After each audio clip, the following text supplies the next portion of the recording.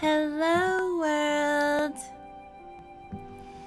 It's your favorite little lion, and I'm coming at you today with VTuber Connect, which is the story of Mana, a rising VTuber who has captured the hearts of many with her unending positivity and creative talents, and Shouma, a college student struggling to form real-life relationships. One day, Shouma meets a playful girl who is bitter towards the world, and, with her help, learns more about VTubers, himself, and the connection he seeks. So this is the story that we are doing today, and let's get started. When I saw there was a visual novel about VTubers, and it was basically a love letter to VTubers, I was like, I have to play this. So here we go.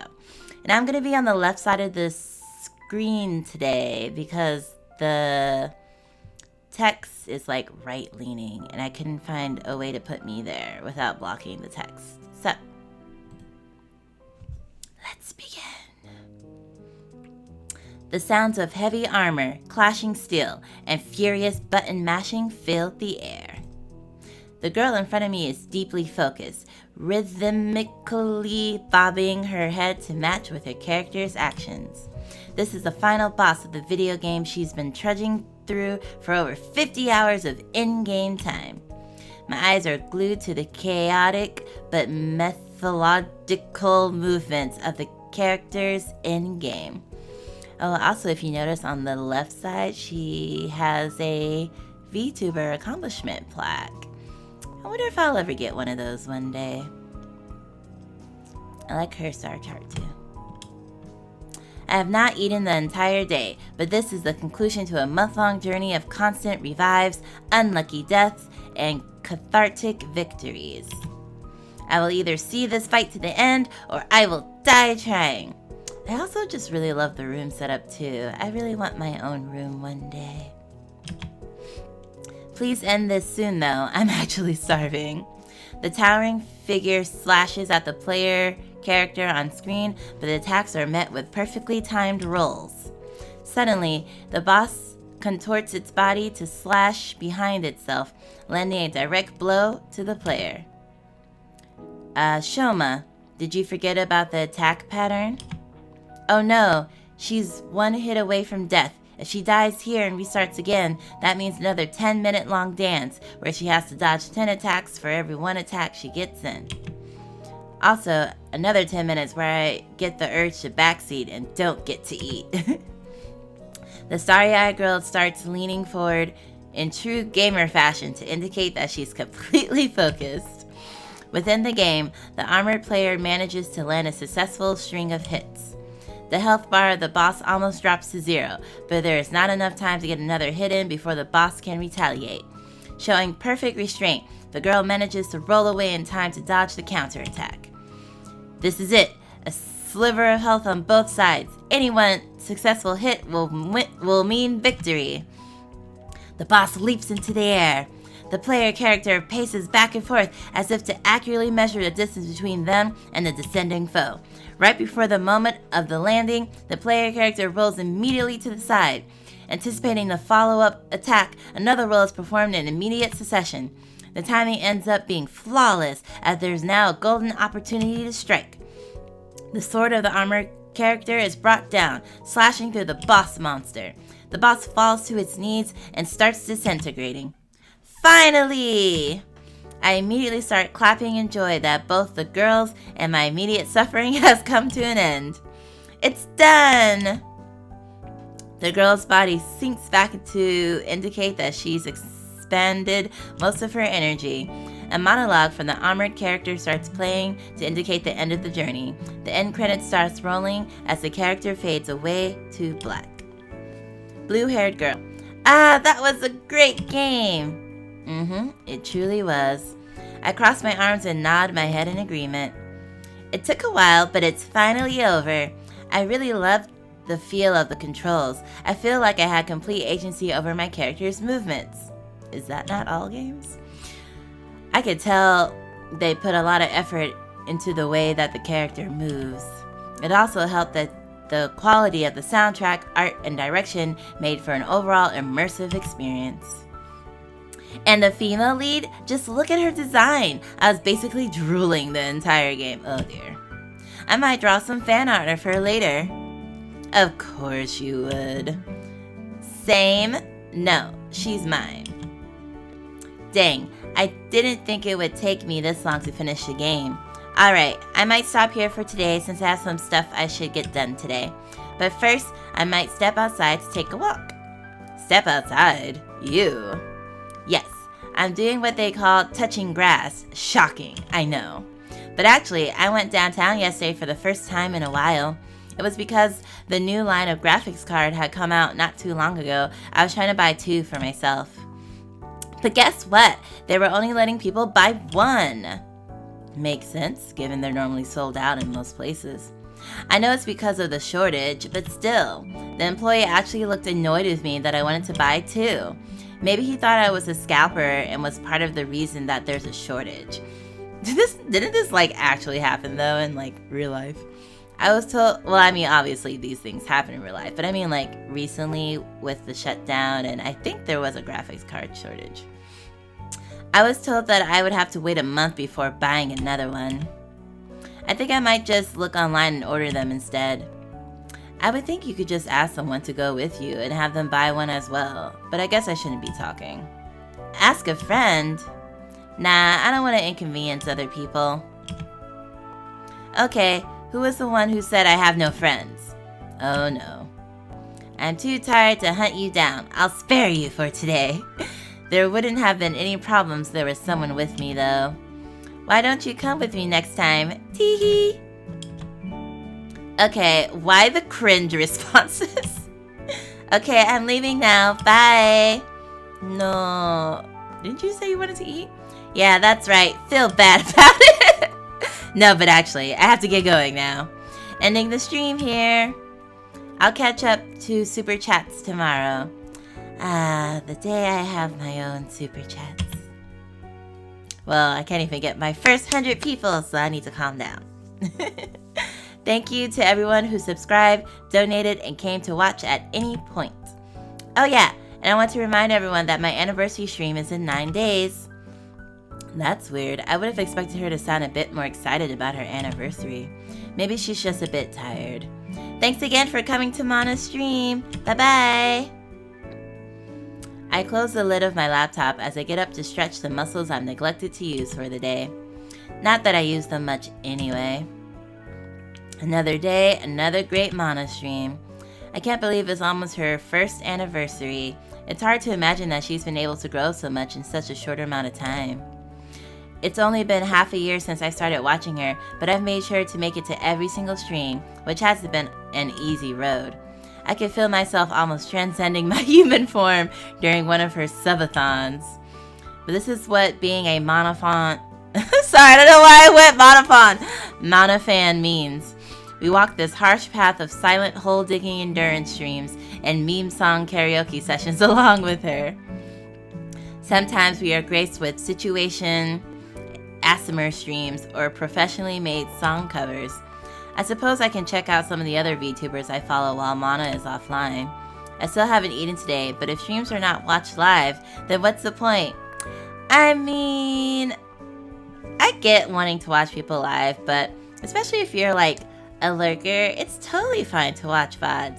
Like watching Little Line Gamers VODs on Twitch, especially if you missed the live and it's been 3 months and they're no longer available on Twitch.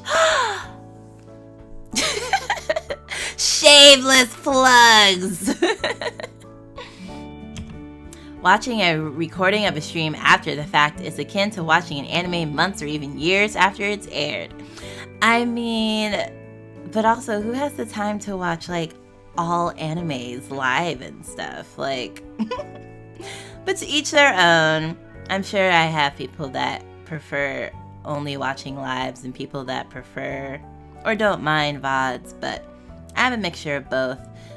If I feel like trying to interact with the VTuber or streamer, I'll try to make it live, but I don't mind if I miss the live if I'm not feeling particularly chatty anyway. So You miss the experience of having live reactions and being in the moment. People would have already moved on to the next thing to talk about after a stream ends. I scroll through the list of currently live VTubers. Also, drop in a comment, do you prefer to watch VTubers live, or do you not mind watching the VODs? Are you like super chatty or like more lurky? Let me know in the comments below. Born too late to explore the earth, born too early to explore the universe, born just in time to live through the VTuber boom. What is happening? I truly am living in the best timeline. Oh dear. Is that ringing? I pick up my ringing phone to see a familiar name displayed. Yoko. Hello? Yoko ne? What's up? That's Ne-chan, right? So older sister? Shouma!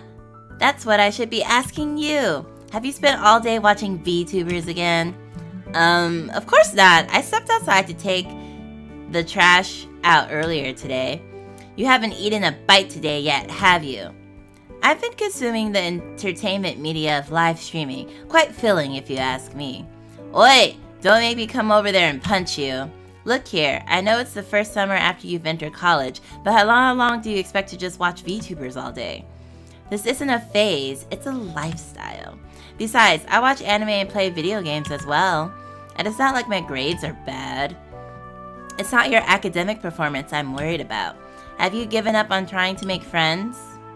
I know that the recent pandemic and all, it might have been more difficult to meet new people. Oh, so this game is really, you know, relevant. It's talking about the time we're living in now. And you might not have found what you're looking for in your first semester, but you still should make an effort to try and form some meaningful relationships. I have been forming meaningful relationships, just with streamers instead. Why go through the pains of in-person relationships when I can just spend my time in the comfort of my room? There's no worrying about having to awkwardly acknowledge people if you make eye contact, or wondering if asking them for a favor will inconvenience them. We both know that those are two very different things. There are some things you can't get out of watching a streamer that you can get from interacting with people. I can't be like you. I don't come off as friendly or amiable unless I'm really forcing myself. Compared to me, you get along with everyone pretty effortlessly because of your positivity and kindness. You don't have to be like me. I guarantee you there are people out there that like you for you. I agree. I mean, it definitely seems easier if you're a more affable, like friendly, like outgoing person. Like, of course it'll be easier for you to connect with people and make friends and things like that. But I do feel like there are people for everyone out there, and it might be harder to find your people in your community, but I think it's possible. And what you said isn't completely true. I have plenty of struggles in my own relationships, and there are people out there that I don't get along with, despite me trying. You have your own unique qualities that will allow you to connect with people. I actually did go to a meetup recently. It was a week ago. I couldn't connect with any of the people I met. They would just talk to me about sports or their classes. There's nothing wrong with those topics, but I couldn't relate at all. I mean, aren't you in classes? They just seemed so carefree and uninspired. Like they were just going with the flow of life without any issues. They couldn't relate to my own interest either. Let's see, going through the flow of life without any issues. I could get that too. I feel like sometimes you can tell when people have like I don't want to say like no trauma, but you can kind of tell when people have had like a super carefree life, and it's harder for them to like empathize with people who are like struggling. It doesn't even have to be like severe struggling or anything like that, but sometimes like they have like not toxic positivity, but sometimes you can't relate to people who have had like no struggles in life. It's just like it's just harder to connect with those type of people. Not saying there's anything wrong with having an easy life, of course. I'm just saying like sometimes if you're struggling with like physical issues or like mental health issues, it's like harder to befriend people who can't relate to that struggle or like can't even fathom. So I get it. It is harder sometimes. It took less than an hour for me to become exhausted from all of it and just go home. I heard the sound of a long sigh escape from Yokone's mouth. Don't you think that there's more to them than what they were just showing on the surface to someone they had just met? That's also true, though. It takes a while to get to know people, and especially when you're just meeting someone for the first time, you're not gonna like be super deep with them at first. I mean, you can be, or if you're like in the same fandom, you can like geek out about the same fandom, but sometimes you have to give people more time, you know, than just like an initial impression, you know? Even if they had some deep-seated passions or problems in their lives, they wouldn't want to show them to someone they just met, right? Of course, I'm not expecting you to make friends with anybody and everybody. I think having a few intimate relationships that you value and take comfort in is completely fine. Trying to make more friends isn't necessarily always better. I get what you're saying, but can I really be expected to try and get to know each person on the chance that I might like them? I'm fine as it is just watching VTubers for my fill of relationships. Parasocial relationships! Look, I'm really appreciative that you ended up picking this lifestyle change. Before then, I know you weren't in the best headspace. VTubers helped you more than I ever could, and I'm grateful for that. It's true. I was powerless when you needed support, and I don't want that to happen again. Aww. It's apparent that you enjoy watching VTubers, and that's completely fine, but I don't think those are the only interactions you should have. I like this big sister. I want her to be my big sister. Could you try to make an honest effort again to try and meet some people? Like maybe joining a club or going to a local event? Please, for me. Honestly, I wish I had tried harder while I was in school to do like clubs and stuff. I was so focused on my academic performance and doing like actual jobs and stuff that I feel like I didn't do as much social stuff as I probably should have. Not that I'm saying I regret it or whatever, but I feel like now that I'm an adult outside of college and like it's that much harder to find people, I wish I had tried a little bit more to find people while I was surrounded by people, you know? Alright. But in exchange, I don't want you blaming yourself for how I felt back during winter break. Sounds like a deal. By the way, I'll be in town briefly for business in a few days. I'll stop by your place, so let's grab dinner that night. Sure thing, just call me beforehand when you're on the way instead of just barging in like you usually do. How cruel. You should be glad your older sister comes for a surprise visit. Oh yeah, I wanted to mention, remember that time I asked you for some recommendations for VTubers because I was curious? I finally got around to checking some of them out. Oh? Can't say this is personally my thing. I didn't really get much of what was going on. So much, like, a lot of my family had like the same reaction when I showed them some of my stuff. And like, even before I became a VTuber, because I'm still pretty new, I was showing them other VTubers I was watching before I decided to become a VTuber. And they're like, I don't get what's going on. And then I didn't get how they didn't get it, because I'm just like, well, the person is playing a game and then doing commentary about playing the game and talking to people. Like, to me, at a baseline, it doesn't seem that hard of a concept to grasp. But then, you know, some people really just don't get it, I guess. And I'm just like, I don't know how else to put just watching someone playing something and engaging with people watching them. Like, I don't know what else, I don't know what more there is to get sometimes. But it's okay. Like, at a baseline, I get that watching streamers isn't for everyone. Like, they rather just like consume, you know, more traditional media, which is fine, but so weird how some people get so confused. I don't really play video games, so I don't understand any of the gaming streams, while a lot of the others were mainly chatting about topics I didn't really understand. Some clips I saw just consisted of really simple things, like a girl sitting down on a chair or another falling down off camera. There was another clip of a girl saying FAQ. What's up with that?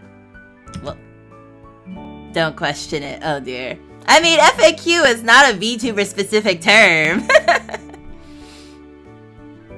And yeah, I guess like, again, if you're not in gaming culture or VTuber culture, I guess some of the terms, but that's like with any slang though, right? Like no cap and all that other stuff. Like if you don't know what it means, you can get easily very confused. So I feel that. I'm just happy that I found VTubing and friends, and yeah. The irony is lost when I have to explain it.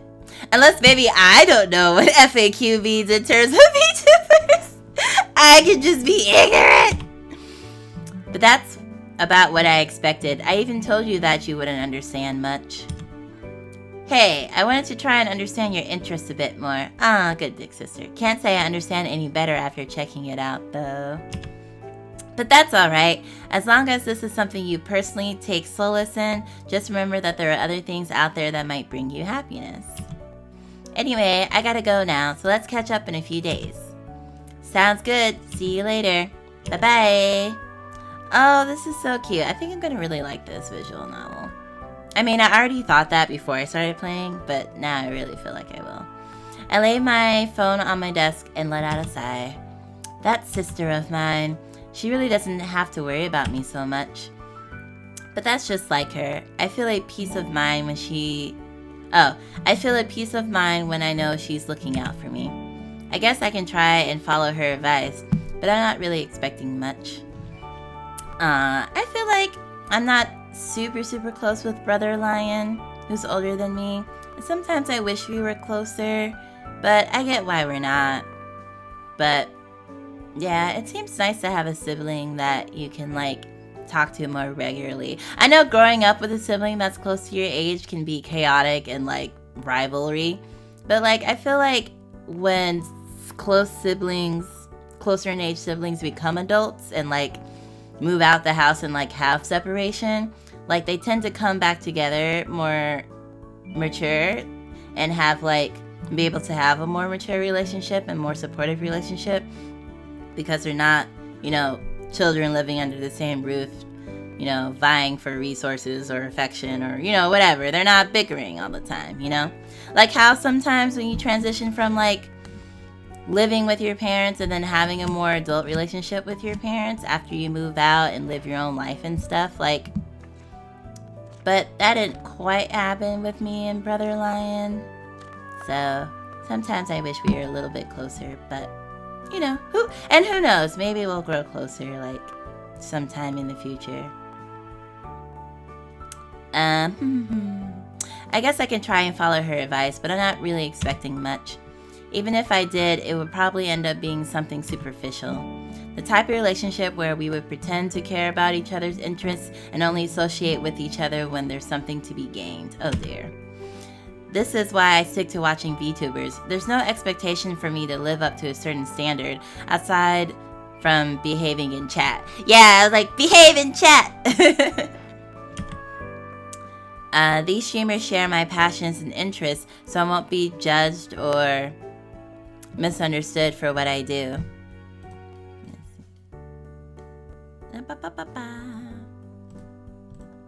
I don't expect people I meet off the street to be able to understand me. I mean, the people that you're bonding with in chat could technically be like, they're people on the street to someone else. I let out a long sigh and look out the window. I might as well stop by the convenience store to grab a bite. There should also be a new issue of the weekly VTuber magazine. There's a VTuber magazine? I heard Mana will be on this edition's cover. That'd be so cool. I know there's like a YouTube channel that's like This Week in VTuber Community or something like that I started like checking in with every so often. There's like so many VTubers out there, especially like indie ones.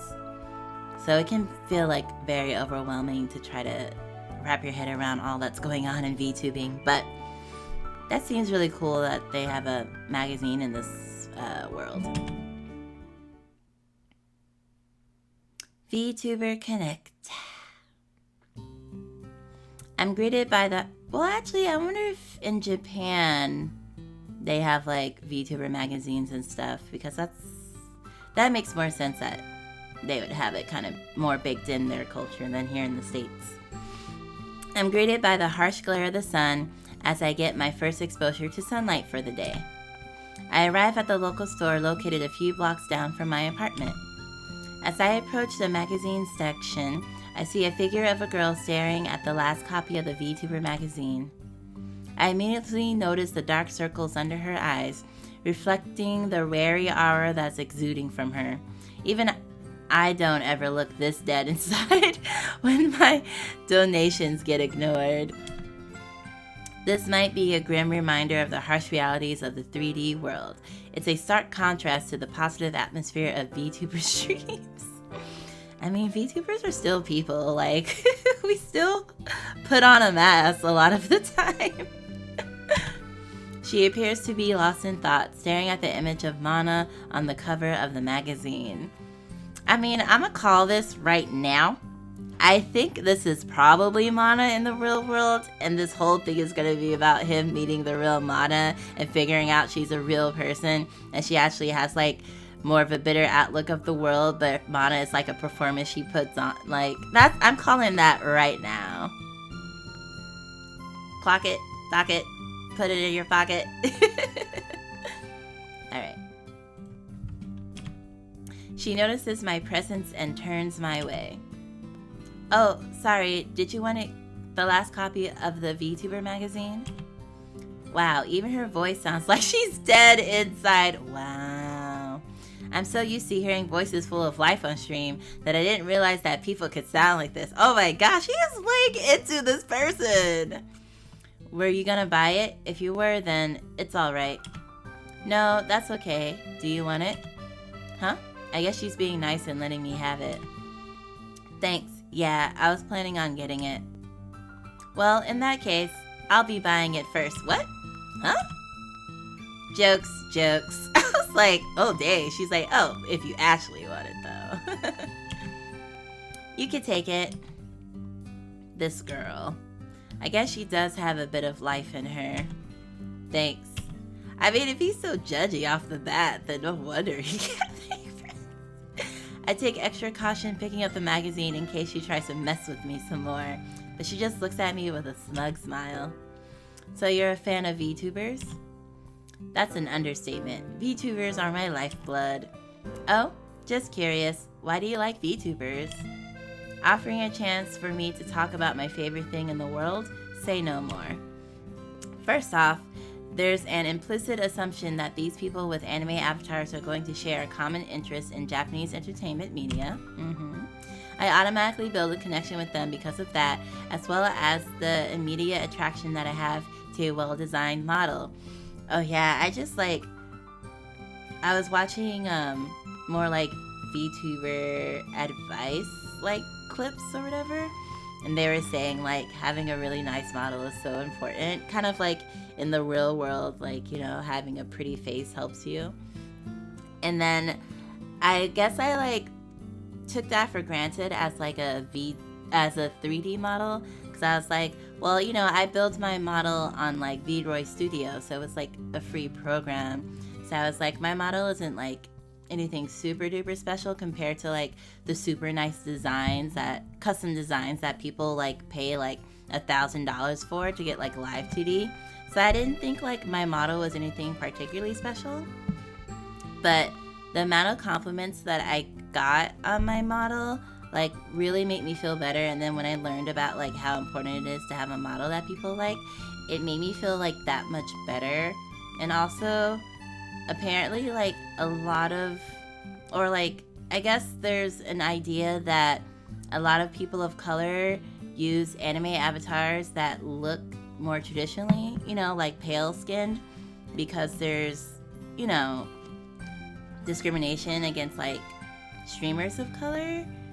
And I was like, oh, it never crossed my mind to like have like a light skinned VTuber model, because like I'm kind of like proud of who I am, and I don't want to like wash that away just to have more clout or just to, you know, whatnot. But then I did have a moment of like, oh, maybe I shouldn't have been like a black VTuber, but that was like a microsecond. I was like, what am I talking about? But I can understand if there are other creators of color who do have a more traditional looking model, but I think it's also important that creators of color can demonstrate that there are people out there who would support us regardless, and that we can also be popular and stuff. That was kind of a tangent. I'm sorry, but I hope you don't mind. I feel like a lot of this is bringing up a lot of thoughts for me, and I just kind of want to let them out. So sorry if you just came here to watch this with no commentary, but that's not me. But yeah, long story short, I'm glad that, you know, people seem to like my model, and I'm just very happy and appreciative for that, because I really like my model too. So next, VTubers often have a wide breadth of talents, including drawing, singing, dancing, and voice acting, which appeal to people. Okay, this is definitely where I fall short, because I cannot draw or sing.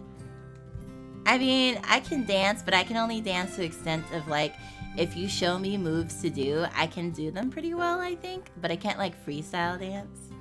And then voice acting, as y'all know, I be trying, but like, I'm not that, you know, I'm not trained in it, so I feel like I can't really say I'm good at voice acting. I can like do a voice, but yeah, and I used to draw, but even then, the drawing wasn't like anime style drawing, so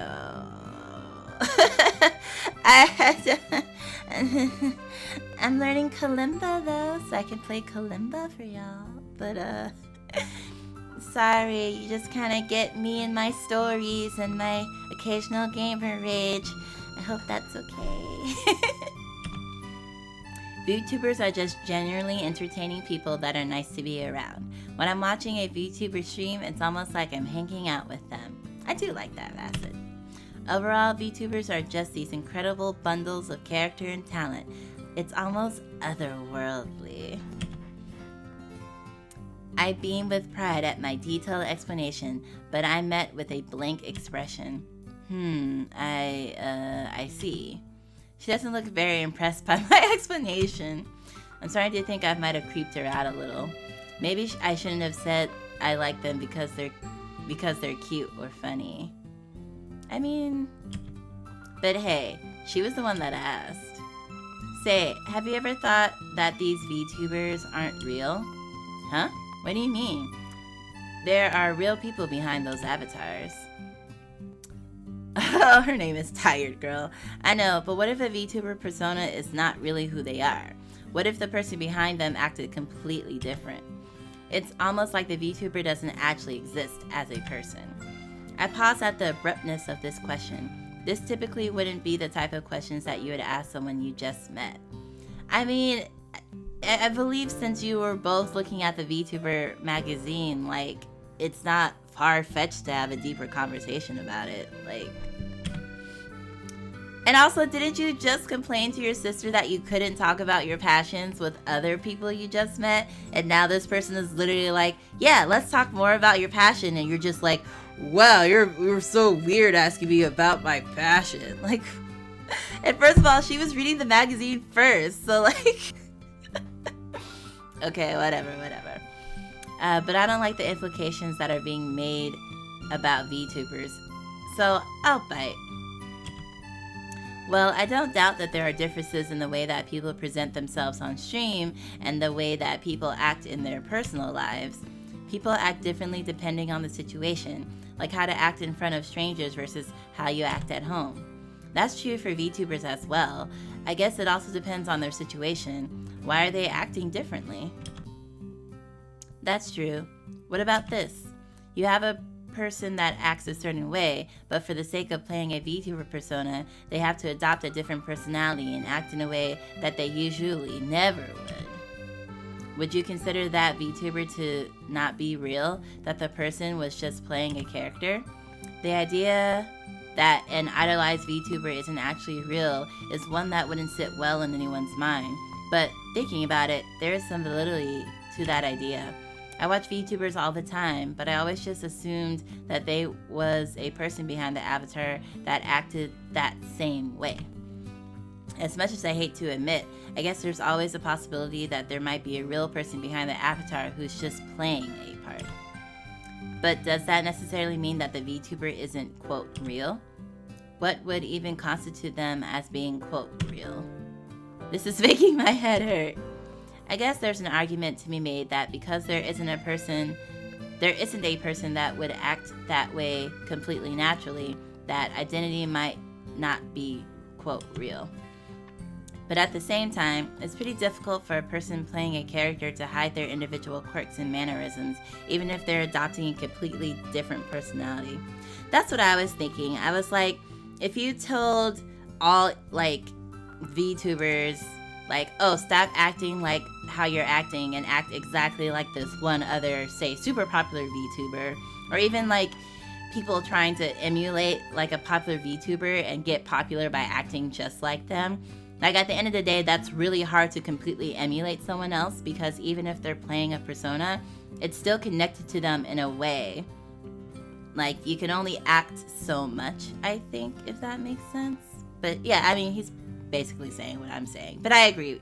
Like, there still has to be some connection to the real person who is playing that persona. That might just end up being a different side of a person. I see. I don't think it's exactly as simple as separating yourself from the part that you might be forced to play.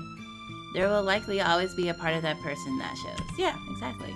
At the very least, in the minds of the fans, the experiences and memories they have of that VTuber are real.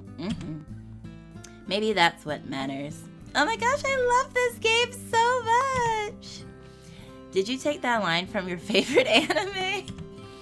You got me. But there is some truth to it. I don't want to believe that my experiences with the VTuber would all be for nothing because the person behind the avatar is just playing a part. Well, it wouldn't necessarily be for nothing.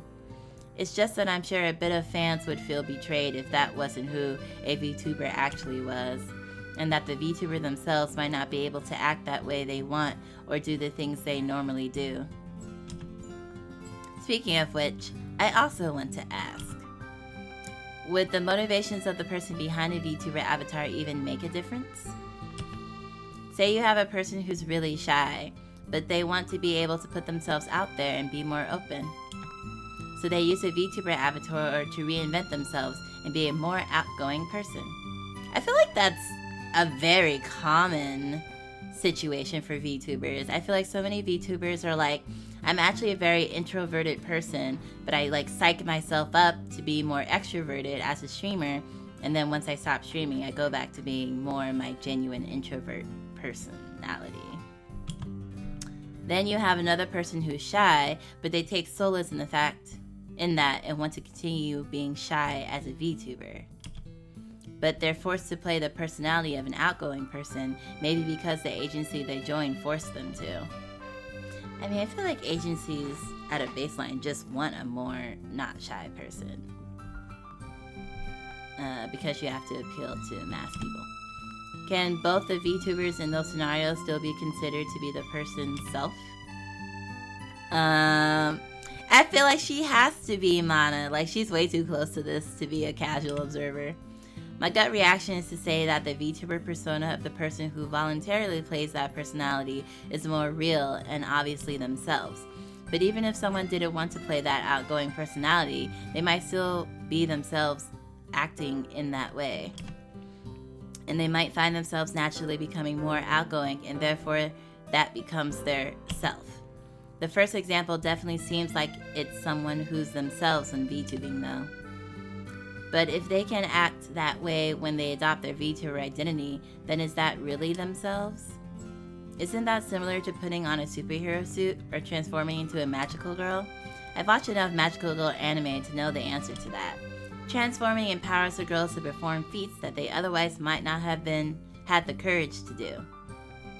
Sorry, let me read that again for you. Transforming empowers the girls to perform feats that they otherwise might not have had the courage to do. But their true strength was always in their hearts, regardless of transformation. Oh, that's interesting. The fact that you watch magical girl shows, that is not what you said. I hope by interesting you mean that with a positive connotation. There's nothing wrong with watching magical girl anime as a young male adult. I find the stories to be inspiring. Oh, I agree. I just wish it was that simple in reality. Or maybe it really is that simple and I'm just overthinking things. Last question. Does the audience's perception of the VTuber's identity matter in determining if that identity is real? I don't follow. Say you have a VTuber that wants to express themselves on stream, but how the audience sees that VTuber is different from how the VTuber wants to be expressed. So that VTuber acts how the audience wants to see them. Is that VTuber identity considered real, and can that even be considered the person's self? I mean, inherent in that is saying the VTuber is only acting the way they expect people, or people expect them to be. So I feel like baked into that is the assumption that they're forcing themselves to appeal and not being themselves. So I guess it's real in the sense that this is how a real person acts in a situation where they feel forced to act in a certain way. And also in the sense that the audience perceived identity is fulfilled. And it's not real in the sense that this isn't the way that the VTuber would normally act, and it might just be playing a persona. I don't really know if it's still considered the VTuber's self. Sorry, is there supposed to be a clear, correct answer to these questions? I feel like I haven't given a single one. I don't think so. At least, I don't really have a clear, correct answer. I'm mostly just asking so I can see another person's point of view. It might be naive, but I wish it could always be as simple as just be yourself and everyone will accept you and you will succeed as a VTuber. Yeah, unfortunately, no. I think there has to be, like, just inherent if you're trying to, like, well, I mean, success itself is also, like, how do you define success? But if you're talking about, like, appealing to a wide range of audiences, there has to be, like, a give and take, you know? Because the more you try to appeal to the masses, the more you have to conform to what the masses want. And the less, like, agency you'll have as a result. Unless, like, somehow you perfectly align naturally with what most people want. Like beauty standards. Like, there are people that are born, like, just really skinny, really beautiful. Like, they have, like, you know, all the, like, trademarks that society values as, like, very beautiful naturally. And then there are people that, like, you know, might not have that natural beauty, but they use makeup or they work out or they, you know, manage, you know, whatever they manage, or like dress a certain way to be perceived as fitting the standard more. So I think it depends. I wouldn't say that all, like, super successful VTubers had to compromise something to get to where they are. I'm just saying, like, it seems more common that you might have to adapt yourself to meet the expectations and demands of more people versus, like, having a smaller community that's, like, hyper matches who you are and what you like in your niche, and then staying smaller but succeeding in that niche versus succeeding in a larger, grander scale. Whew, that was a lot. Maybe for some, it is that simple and there's no problem. Some VTubers just be themselves on stream and enjoy what they do, and there's nothing wrong with that. But even then, not everyone might accept you, and you might have people who push a different identity onto you. What people want might end up being different from what you want to express. Maybe it's causes a disconnect between that person and their VTuber persona, or maybe that's actually them. If there is a disconnect, then it probably becomes more pronounced when you adopt a new name and appearance. Probably, then in that scenario, is the VTuber self the fake and their usual self the person real? Or maybe they're both different, but are real sides of the same person? Or maybe they're both fake. I guess. How would that even work? I don't know. I just said something to mess with you. ... I applaud your ability to crack jokes right after asking serious questions. How did I even get into this situation? I almost forgot why I came here in the first place. Can't say I necessarily hate this though. I hadn't really put much thought into what it means for the VTuber to take on a new identity. Even if that conversation we just had felt like a jumbled mess, I feel like I gained a new perspective on VTubers. Oh yeah, this all started from being asked why I liked VTubers. What about you?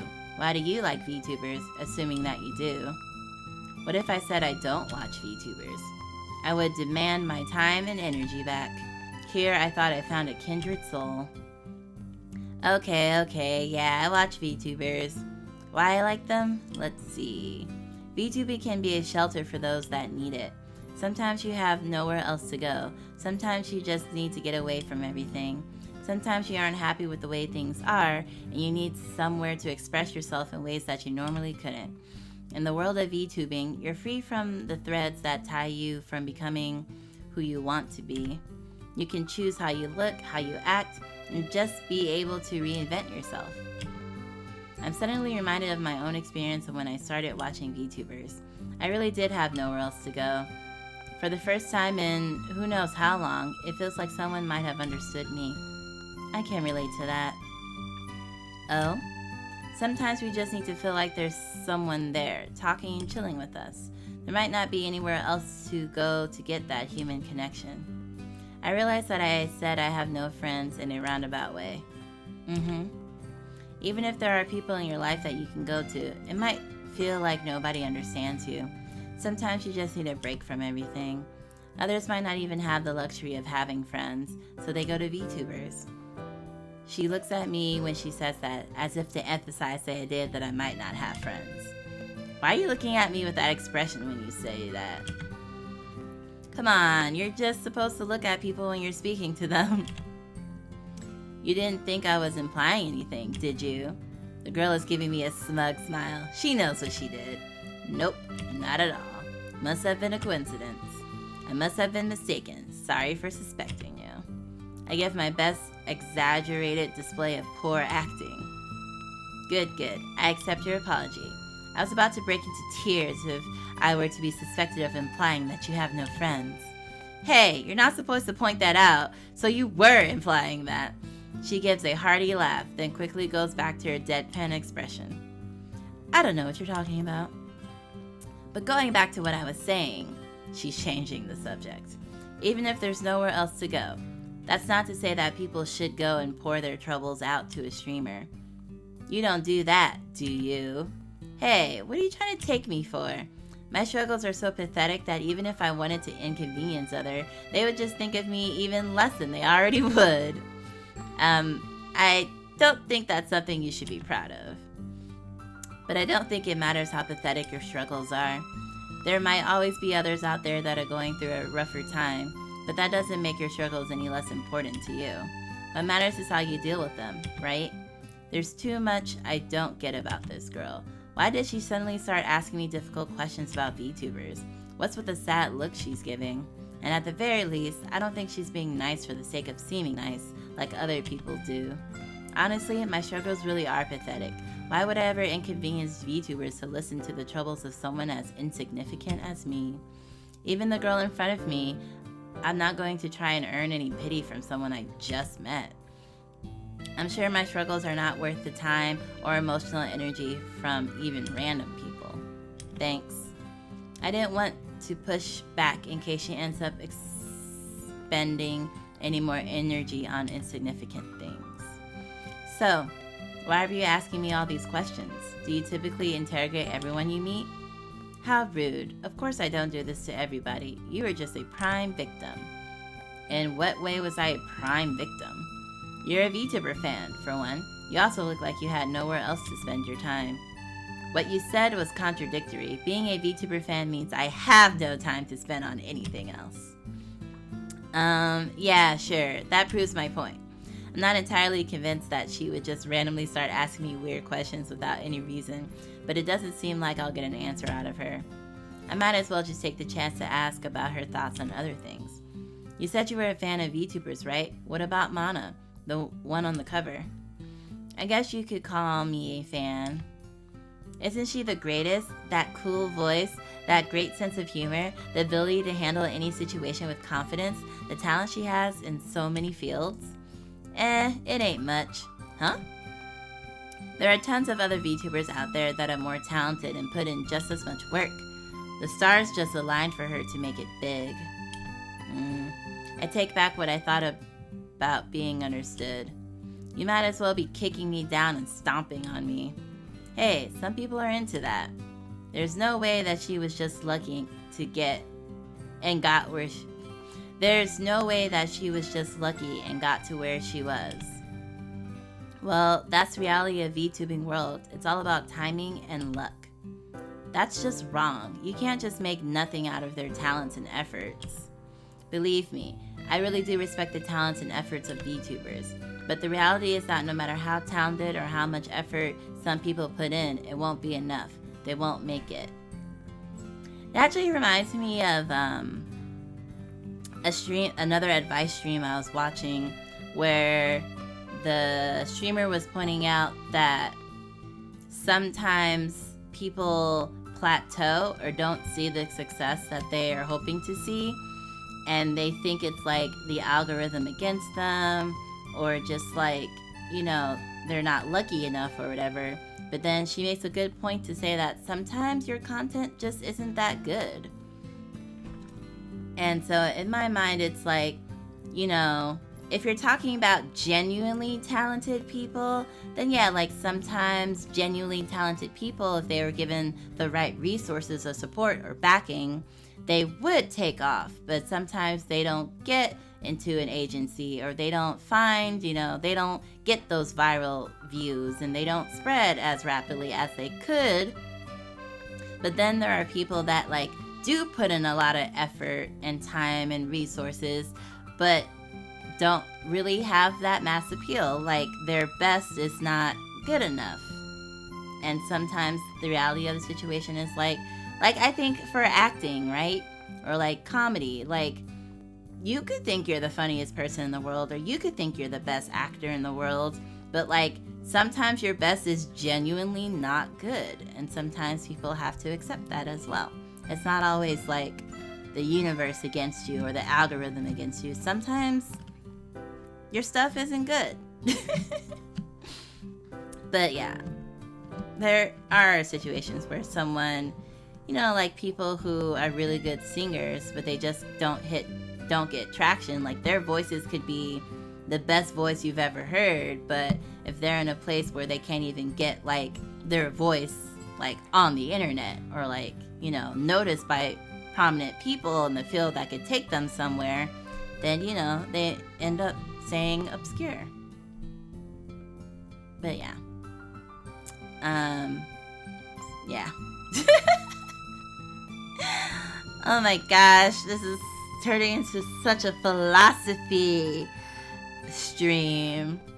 This game is supposed to be done in like 3 hours, but I feel like if I keep sharing my thoughts, it's gonna be like 6 hours.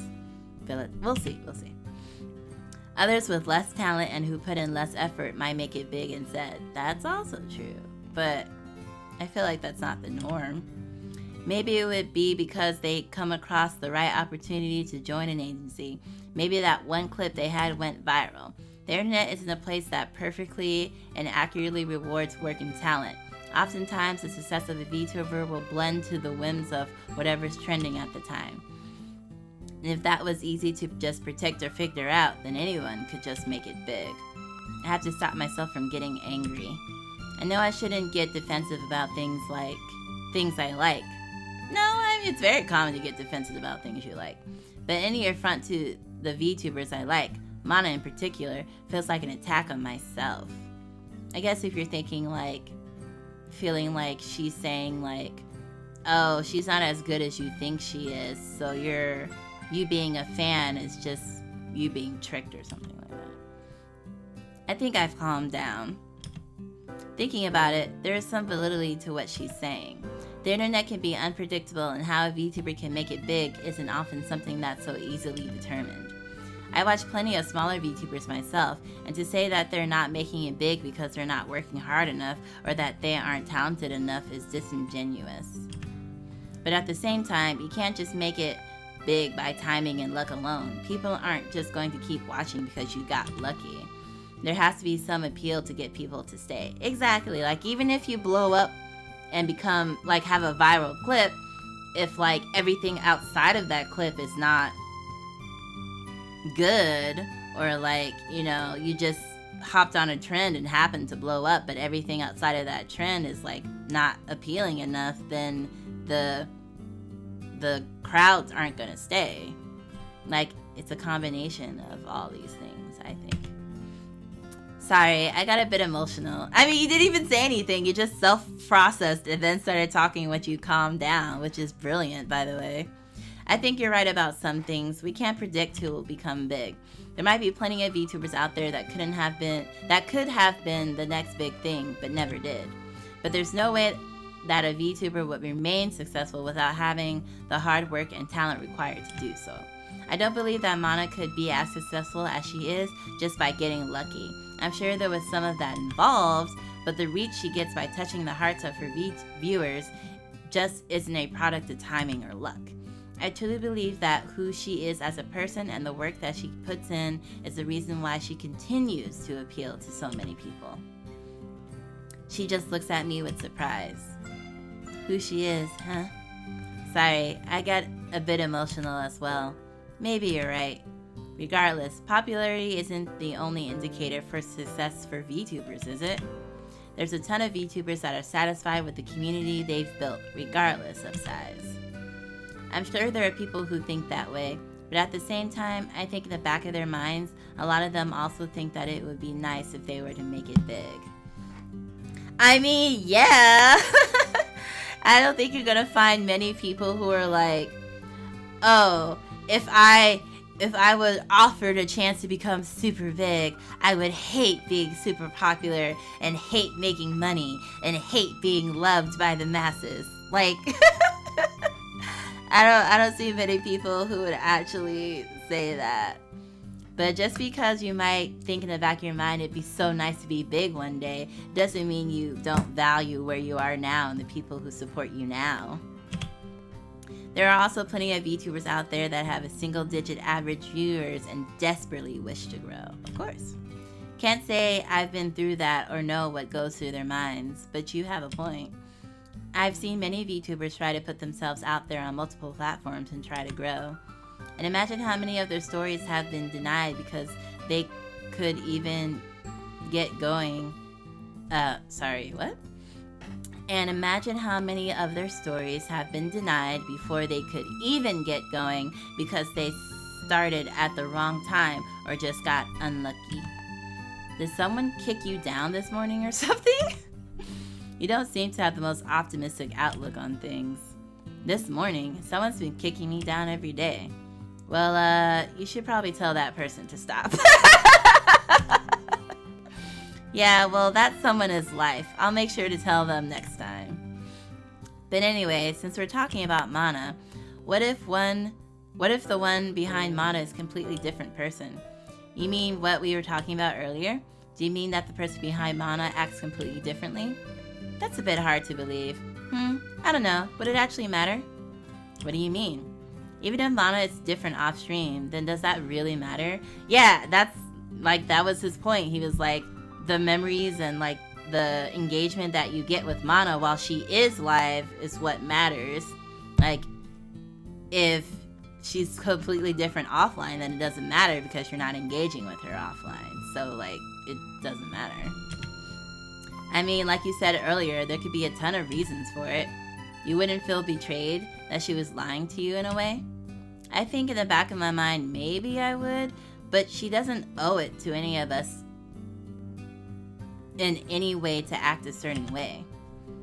Is that so? What about you? Aren't you a Mono's fan? How would you feel? I would feel betrayed, that I find inspiration in someone so amazing, but she turns out to be pathetic in reality, that she was just putting up a front the entire time. That's really harsh. That really wasn't the answer I was expecting. I guess there are really harsh Mono fans out there. I would have thought that everyone liked her. I doubt that's actually the case, though. Well, reality has a tendency to disappoint. I'm surprised you even have expectations in the first place to disappoint. You're right. Let me rephrase. Reality has a tendency to be exactly as I expect it to be. I can't help but give a chuckle at the absurdity of this conversation. How long have we been standing here? 20 minutes? I don't even know this girl's name, but I can tell that she's unique to say the least. Trust me, the emo perspective is not unique, homie. By the way, I don't think I caught your name. Trying to slide into my DMs, I see, luring me into this long-winded conversation, then trying to get my information out of me. Hey, you're the one who started asking me questions. And don't make me out to be a predator just for asking your name. Hehe, my name's Makoto. Makoto Kagurazaka. I mean, you didn't have to give your full name if you were gonna go into a whole predatory joke. Wow, that's a mouthful. My name's Shouma Hasegawa. Well, Hasegawa. I should get going now.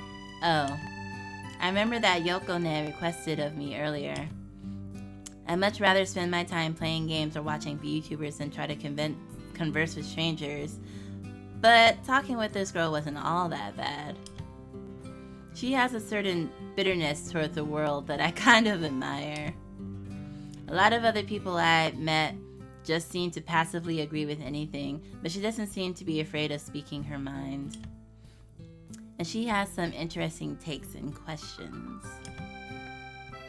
But I don't even know anything about her, and we just happened to meet by chance. There's no excuse I can use for us to converse again. I just can't ask for her email or number.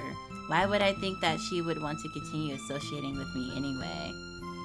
I mean, this kind of happens to me quite often in public, where I'll end up having a good conversation with a stranger somehow, and they'll be like, oh, can I get your information or whatever?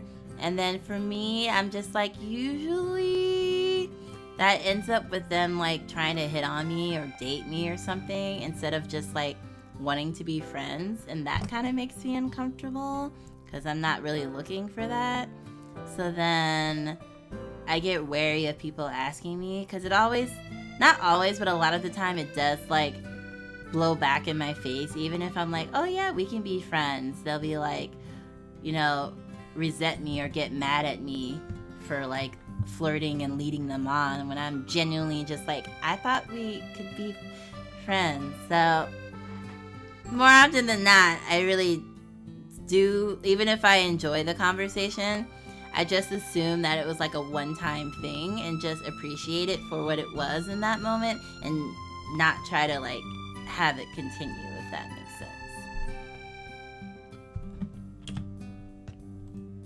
But I mean, you could ask if maybe she feels the same way, but if she says no, then respect that, you know?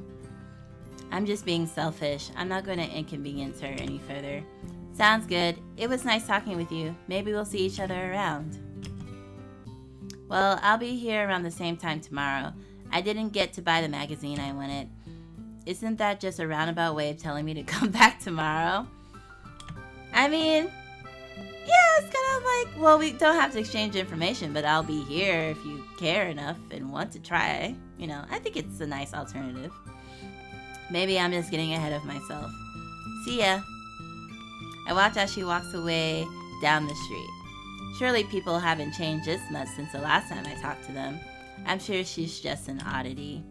I mean, it only takes one person. Like, you don't need 100 friends.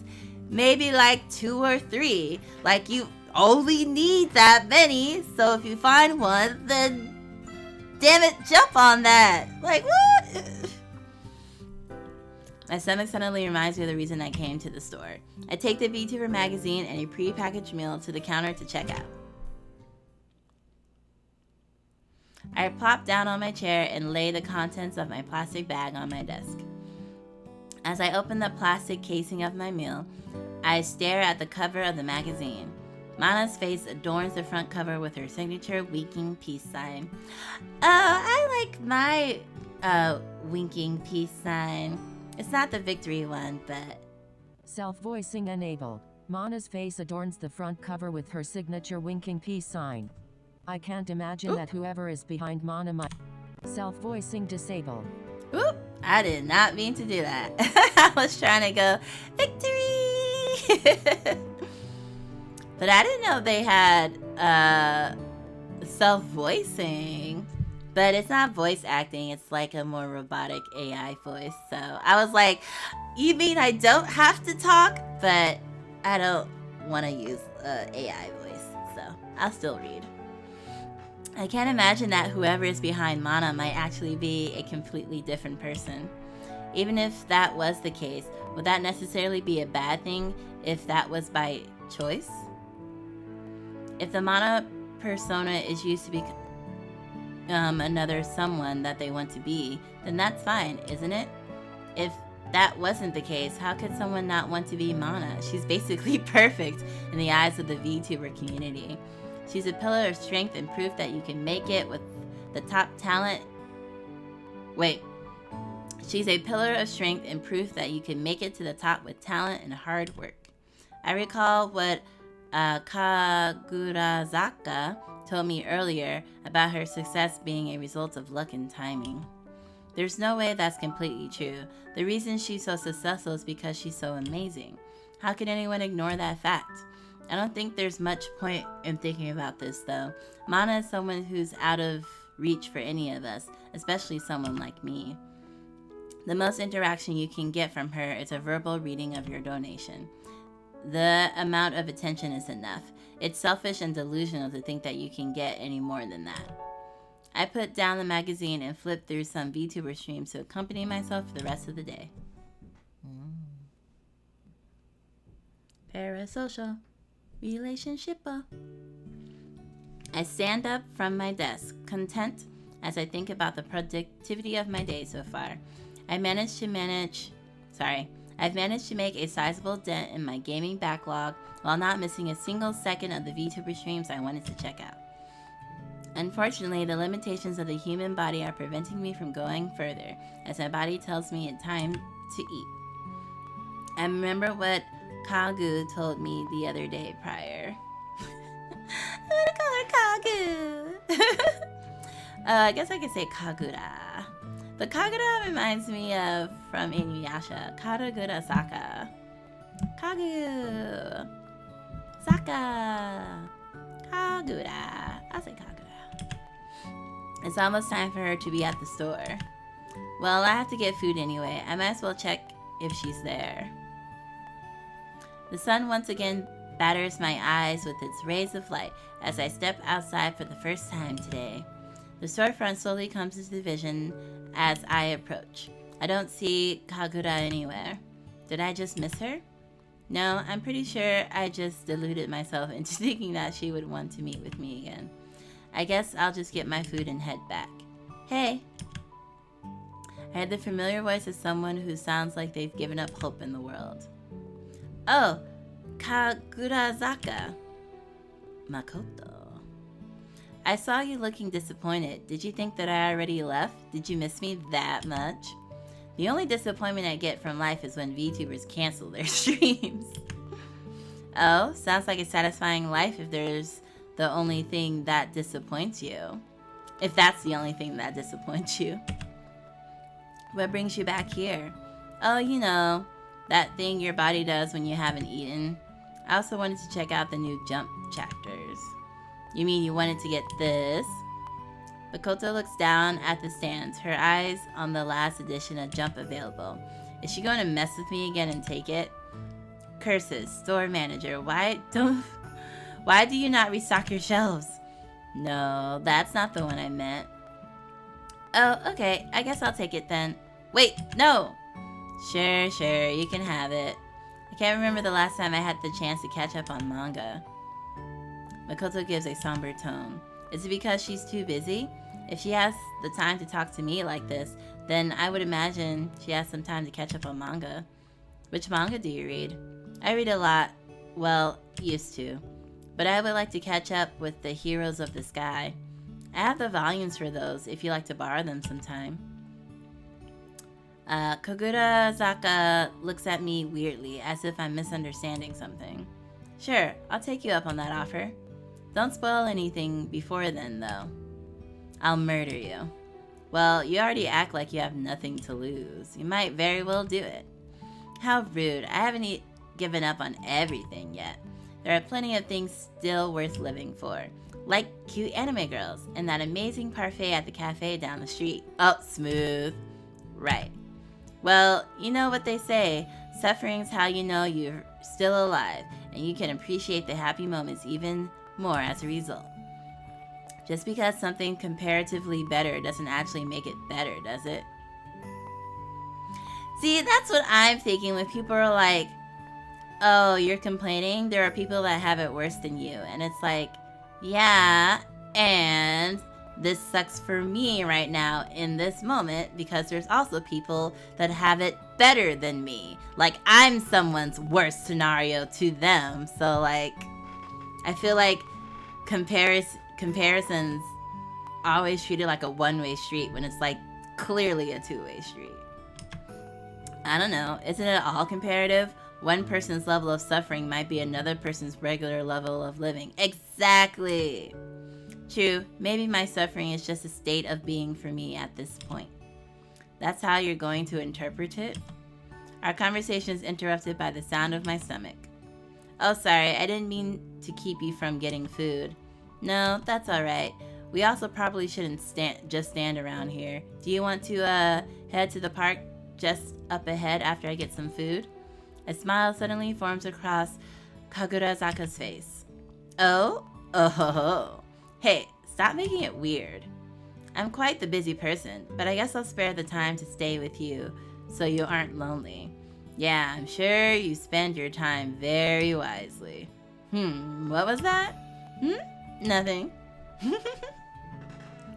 I grab some rice balls, tea, and the last copy of Jump magazine on the shelf and take them to the counter to check out.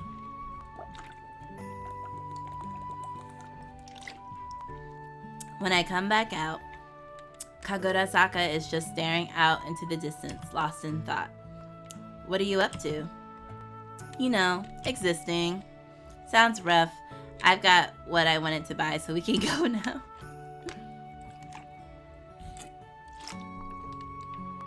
We head down the street to the nature park ahead. Kagurazaka stares straight ahead, but it doesn't seem like she's focusing on the scenery in front of her. Who me? I realize I know next to nothing about her, let alone what she could possibly be thinking about. We arrive at the walkway next to the park's lake and stare at the surface of the water. I do miss all the pretty, like, parks and scenery in Japan. I will say it's nice to be in an area that you can, like, walk and just see a lot of greenery and water and clean pathways and not trash everywhere. I feel like living in a big city in the States, it's like little to no green and just trash everywhere, and like the air is not great. I also experienced that in Paris too when I went with Mama Lion. There's so many parks in Paris that you could just walk and sit and just take in the scenery and relax. Like, we did a lot of napping at the parks, just like sitting and enjoying the great weather and the flowers and the smell of the flowers. So it's so nice to just be in an area like that. So I do feel like I miss that a lot. There's like no parks near where I am right now where I could just go and enjoy the sunshine and not be bothered and stuff like that. As I'm eating my rice balls, I think about how I can get to know Kagurazaka better. Say, do you also go to New Mazu University?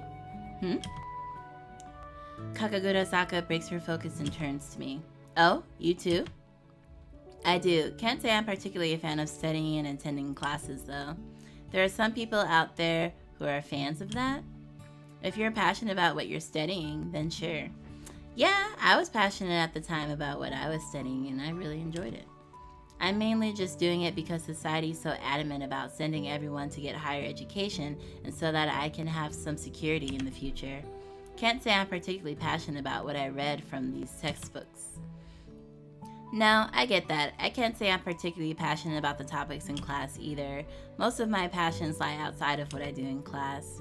And they are anime, manga, video games, the types of inspirational and heartwarming stories that characters that are portrayed are ones I can't get from other mediums. VTubers as well, of course.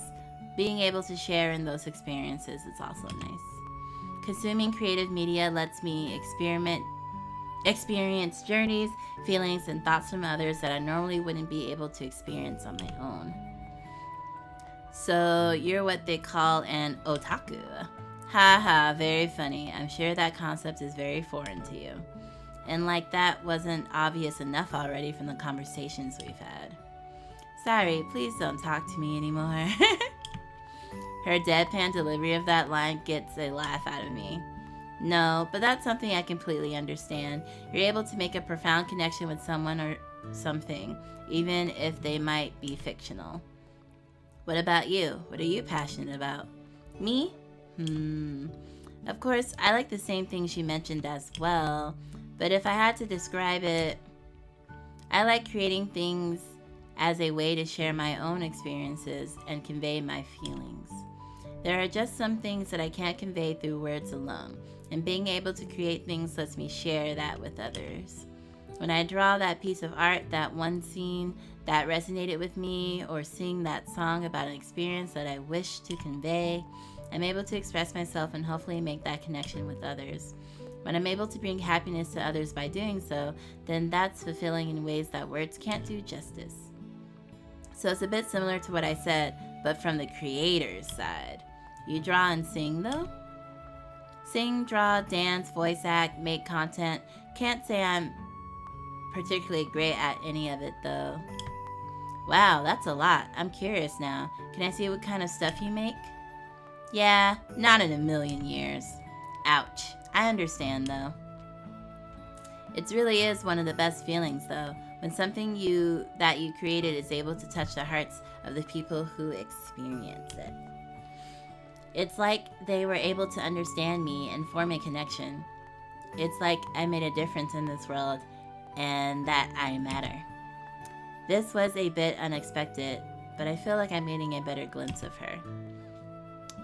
What she's saying only reminds me of my own feebleness. How do people have the courage to put themselves out there like that? What if everyone hates what you create? What if the thing that you wished to convey is misconstrued and harms people? I recall what Kagura Zaka said the day prior about why she likes VTubers. That VTubers can be a way of people to express themselves in ways that they normally couldn't. As a VTuber, it's like you're reborn as a new person and have a fresh start. Nobody can know who you actually were unless you tell them. Maybe that anonymity can empower people to overcome that fear and put themselves out there on the internet to share their own experiences. When I think about internet anonymity, right? I mostly think about how people use it as a weapon to hurt others without any consequences. But maybe it could be used to protect and empower people? Wait, all of Kagura Zaka's ways of expressing herself are typically those that VTubers also have. She also has the courage to put herself out there, and she herself mentioned that VTubers are a way for people to express themselves. Could she be? No.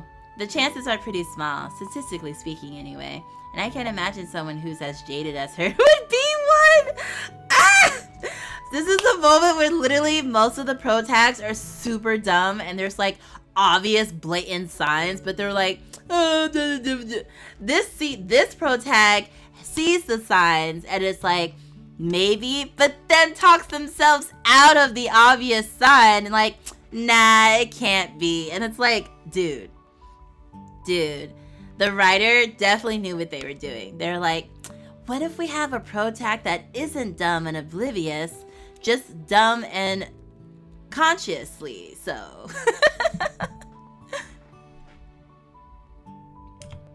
And even if she was, it's not like she would say that she was.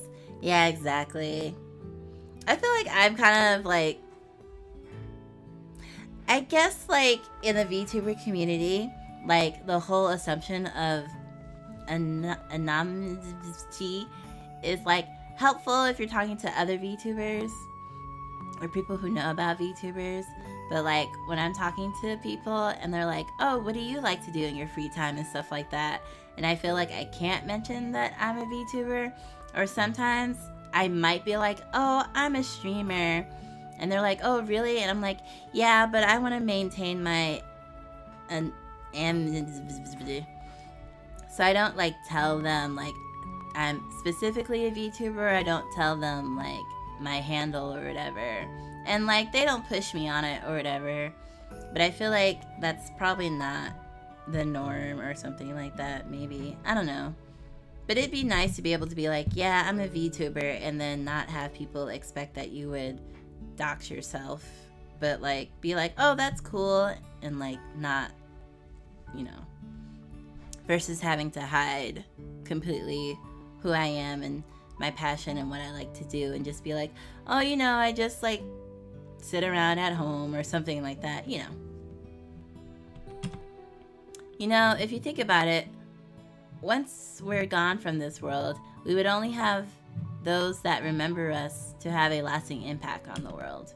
But once they're also gone, then you can no longer influence anything. But if you had created something and left it behind, then you can continue to make a difference.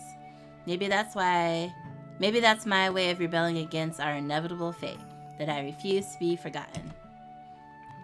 But even if you aren't remembered, you would have influenced people throughout your life, and in turn those people would influence others, so your impact would continue to grow even after you're gone. That's true. Also, it's totally fine if you don't want to impact anything.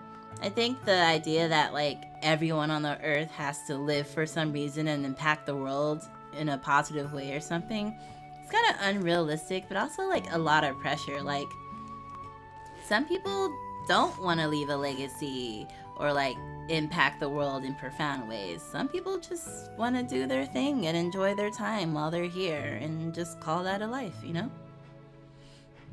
But I wish to impact people more directly even after I'm gone. Like, why? Like, it's fine to want that, but I feel like it's kind of a narrative that's pushed on people too. But it's like, it's fine if you don't want to.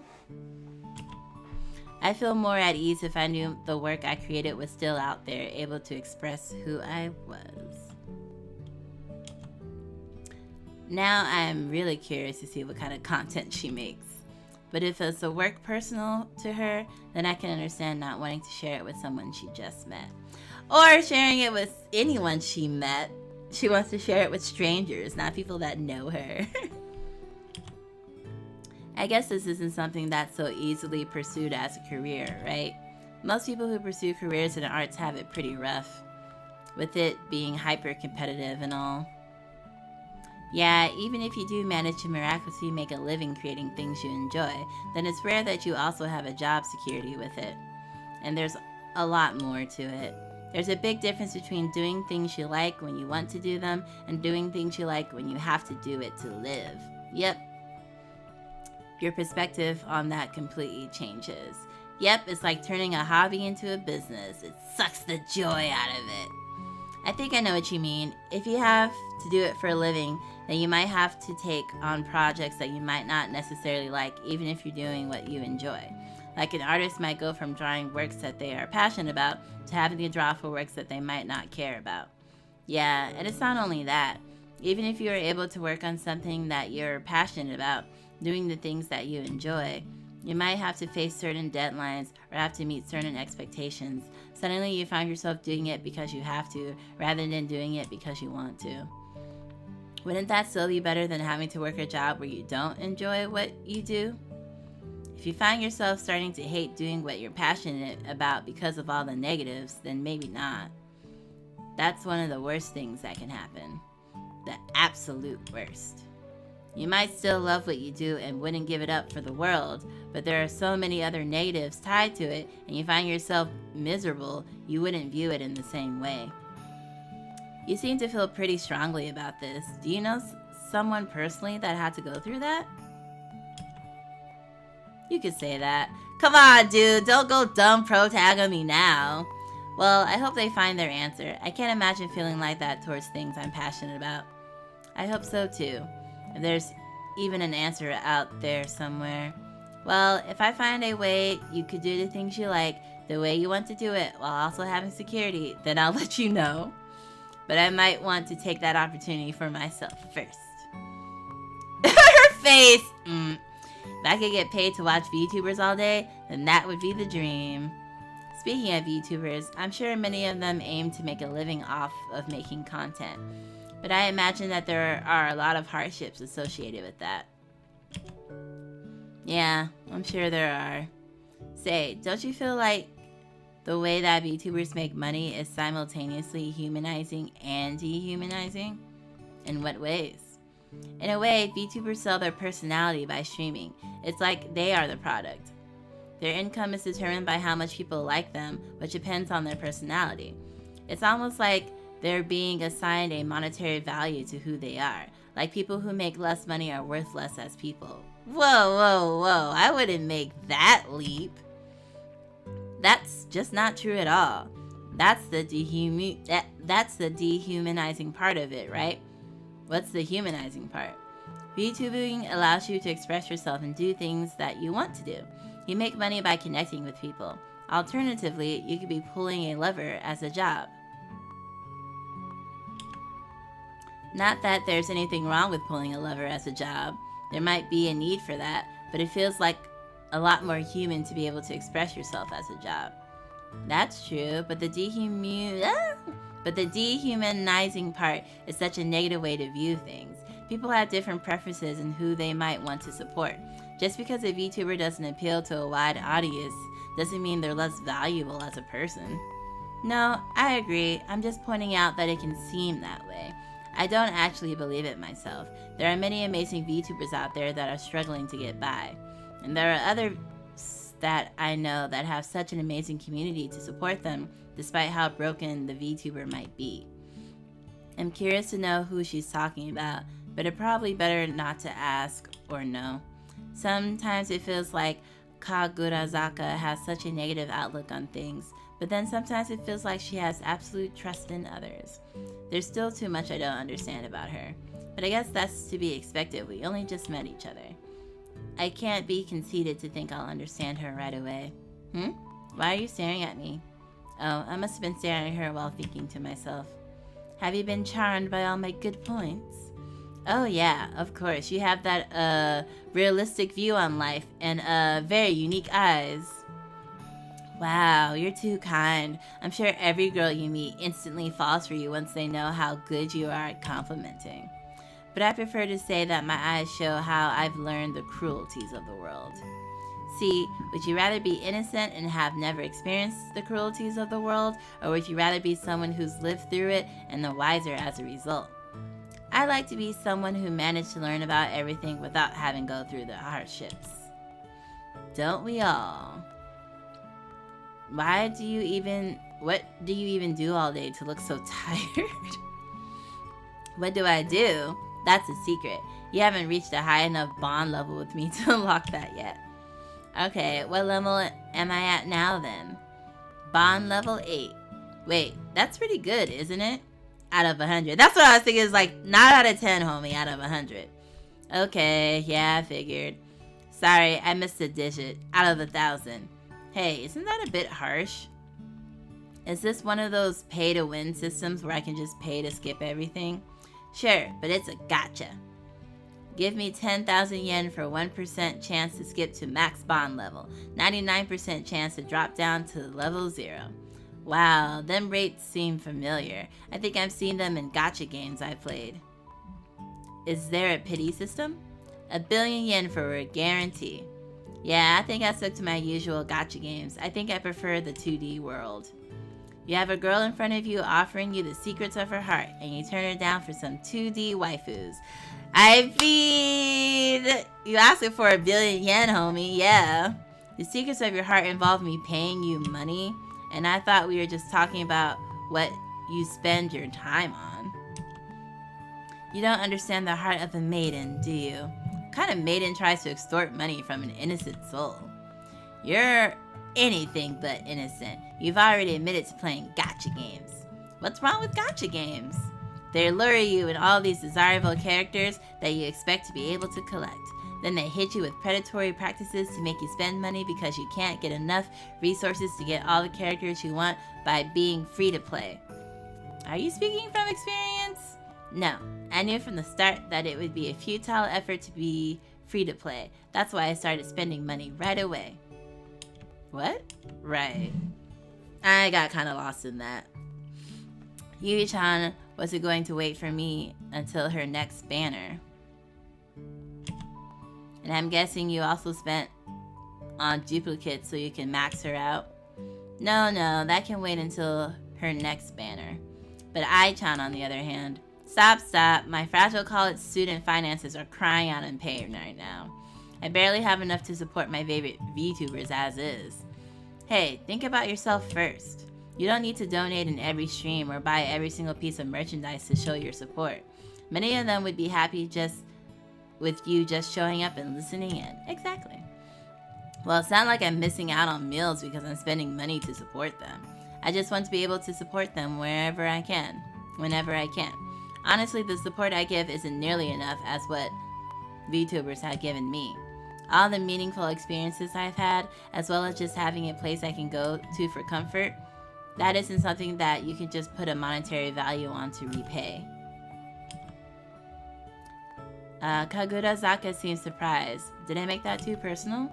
I guess more people would be creeped out that I spend a lot of my money on VTubers. I'm sure those VTubers feel the same way. Oh, I thought he said that. I was like, what? VTubers are not creeped out by people donating to them. If that was the case, they wouldn't even accept donations. Because you don't have to. What do you mean? That you've also provided something for them that they feel is undeserved or that they won't ever be able to repay.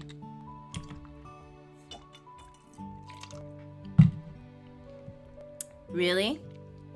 But I mainly lurk, with the occasional chatting here and there. I figured I would just be another number to them. That's not true at all. I'm startled by the abrupt shift in her tone. Viewers aren't just a number to VTubers. They might not know every single name of their supporters, but the connection that VTubers form with their viewers is meaningful. I refuse to believe that the community they've built together is something that can just be described as a statistic or a way for the VTuber to collect a paycheck. Thinking about it, it's not too uncommon to hear that content creation is a job to VTubers and that you shouldn't get too attached to them. But Kagurazaka is right. There's no way that the relationship can be described like that. No, you're right. I don't believe that either. I can't fully describe the feelings I have about the connection, but I'm sure that it isn't as shallow as being a statistic. Kagurazaka seems to have calmed down. Sorry for getting angry. It's alright. Honestly, I'd rather you have your own beliefs that you're passionate about than be passive and agree with everything I say. I've had interactions where it's obvious that the other person just goes with the flow of whatever I say and doesn't have all that many thoughts of their own. I would say at least on that situation. Don't make it seem like people don't have thoughts just because they don't have anything to say about what you want them to have a say about. I get that sometimes they just want to come off as nice, but I don't feel like the conversation goes anywhere. That's why talking with Kagurazaka feels like a breath of fresh air. Understood. I'll proceed to push all my beliefs onto you from now on. Please don't. I still have some hope for the world, albeit only slightly, but I still don't want my outlook to become as bleak as yours. Come on, I've told you, I prefer to say that I have a more realistic view. And besides, look at me. I manage to smile through the pain every day. Seeing as how you're able to joke around, I can tell you're doing a great job. You both laugh after realizing how silly our conversation has been. I did say before that I tried to support VTubers when I'm financially able. But if there's one pain I'm unable to smile through, it's that I missed out on Mana's half-year anniversary merchandise. That haunts me every day. You mean the playmat, acrylic stand, keychain, and postcard? Yeah, I was able to get everything later from third-party sellers, except the limited hand-signed postcard. That doesn't exist for sale anywhere, legitimate ones at least. I could give you one if you want. Huh? I have one I could give you. One what? You playing dumb or something? The hand-signed postcard. I have an extra one laying around that I could give you. Who has an extra limited time hand-signed postcard for one of the biggest VTubers just laying around? I guess you can call me a big fan. Do you want it or not? Okay, obviously, dude, that's like the reddest flag. Not like a red flag, but you mean that's like the obvious, like, because she could just sign something and give it to you, dummy. Well, of course I want it, but I can't just take it for free. That's okay, I don't need your money. Are you low-key trying to flex on me? Instead, you can get on your hands and knees and beg for it. Okay, that's totally worth it. I start to fold my knees and lower myself to the ground. Wait, stop! I don't actually do it! I react with laughter at her instant response. I think that's the first time I've seen you flustered. Alright, maybe I should just throw the postcard in the trash. Wait, please, I'm sorry. I hope you are.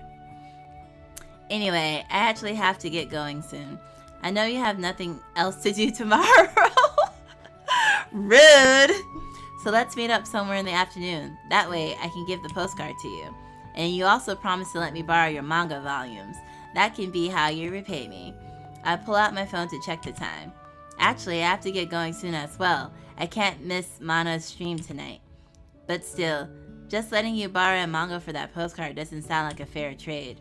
You're right, I'll throw in some money as well. As much as I would like some extra money, I still want to repay you back somehow in the future. Fine. If it's just for the sake of making yourself feel better, then sure. Anyway, give me your contact so I can tell you where to meet. Oh, sure. We perform a quick exchange of contacts. I'll message you tonight. Alright, sounds good. Will this be your first time messaging a girl? I'll have you know that I have a loving sister that only takes every opportunity to check up on how I am. I see. How sweet. I guess that answers my question. Okay, let's go. Oi, don't just leave after making a jab like that. She's already walking away. I catch up to her and we make our way out of the park, back the way we came. The light breeze and ample greenery make for a pleasant atmosphere as we walk through the trail. Maybe I should go outside more often. The faint bustle of the town and sounds of our footsteps are the only things we hear as we make our way down the street. This doesn't feel like one of those awkward silences where one of us feels like there has to be an ongoing conversation. This is a comfortable silence.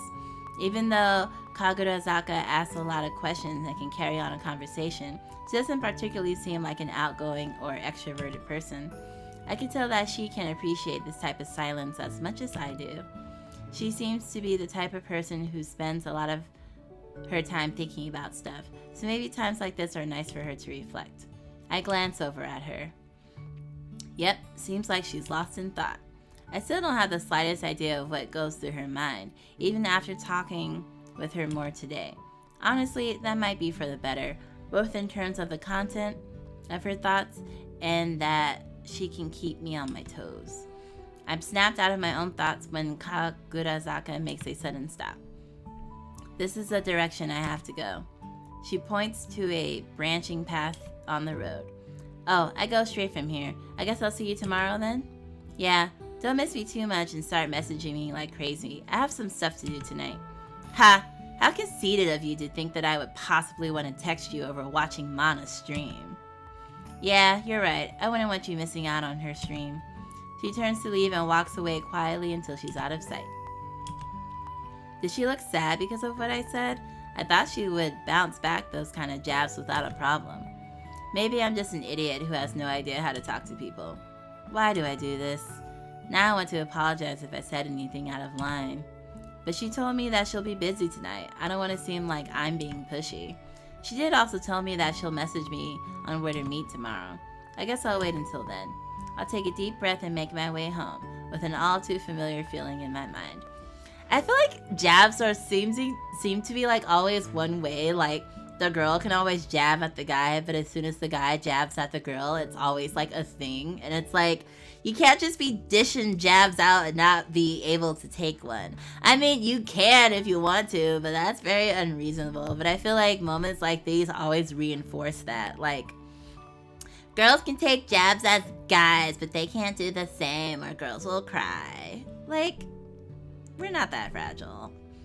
I mean, some are, of course. They can't take what they dish out, but I wish the narrative didn't always have to lean that way sometimes.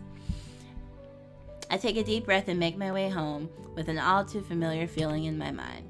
I really do hate myself. See, like, this boy just spiraled just because he thought he hurt her feelings at a little joke that jeez. I idly scroll through the internet to buy time until the start of Mana's stream. My eyes wash over the sea of posts about VTubers. Many of them are self-promotion by VTubers themselves on upcoming streams, and others are just memes about what might have happened in a stream this week. I think back to what I talked about with Kagurazaka today. I wonder how many of these VTubers are people that look like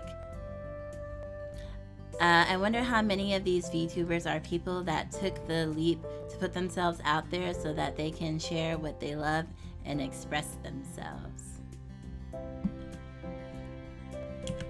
Or maybe they were just looking to make a connection with people. Oh no, this is getting too self-reflective. I'm sure there are people who are riding the wave and are just doing it for fun, and I don't think there's anything necessarily wrong with that. But even if you're just doing it for something as simple as having fun, there exists a connection between them and the community that isn't as simple. I've only thought about it from the viewer's perspective, but Kagurazaka is right. VTubers also form their own unique connections with their viewers that can't be described as just a statistic. It would be nice if that's something that they could do with security and peace in mind. Talking with Kagurazaka really puts things in perspective. Streaming and content creation in general isn't always going to be reliable. VTubers only recently exploded in popularity, and we have no idea if that will be the case a few years from now. If you do that as your only source of income, then treating it as a job might change your view of your passion. And even if you're using it as a way to escape from reality, then it's not like you're safe from those feelings. I've seen plenty of VTubers struggle with growth, and once you tie in those feelings of success and failure into your passion, then you might end up tired of pursuing it. There's likely a lot more things that I don't realize about VTubing. My thoughts are interrupted by the start of Mana's intro. Con Mana! It's your shining star in the night sky, Mana Orion. How's everyone doing tonight? Good, alright, good, great. Bad? Well, you're in luck because I'm here now. You'll be having a good time in my stream and I won't be taking no for an answer.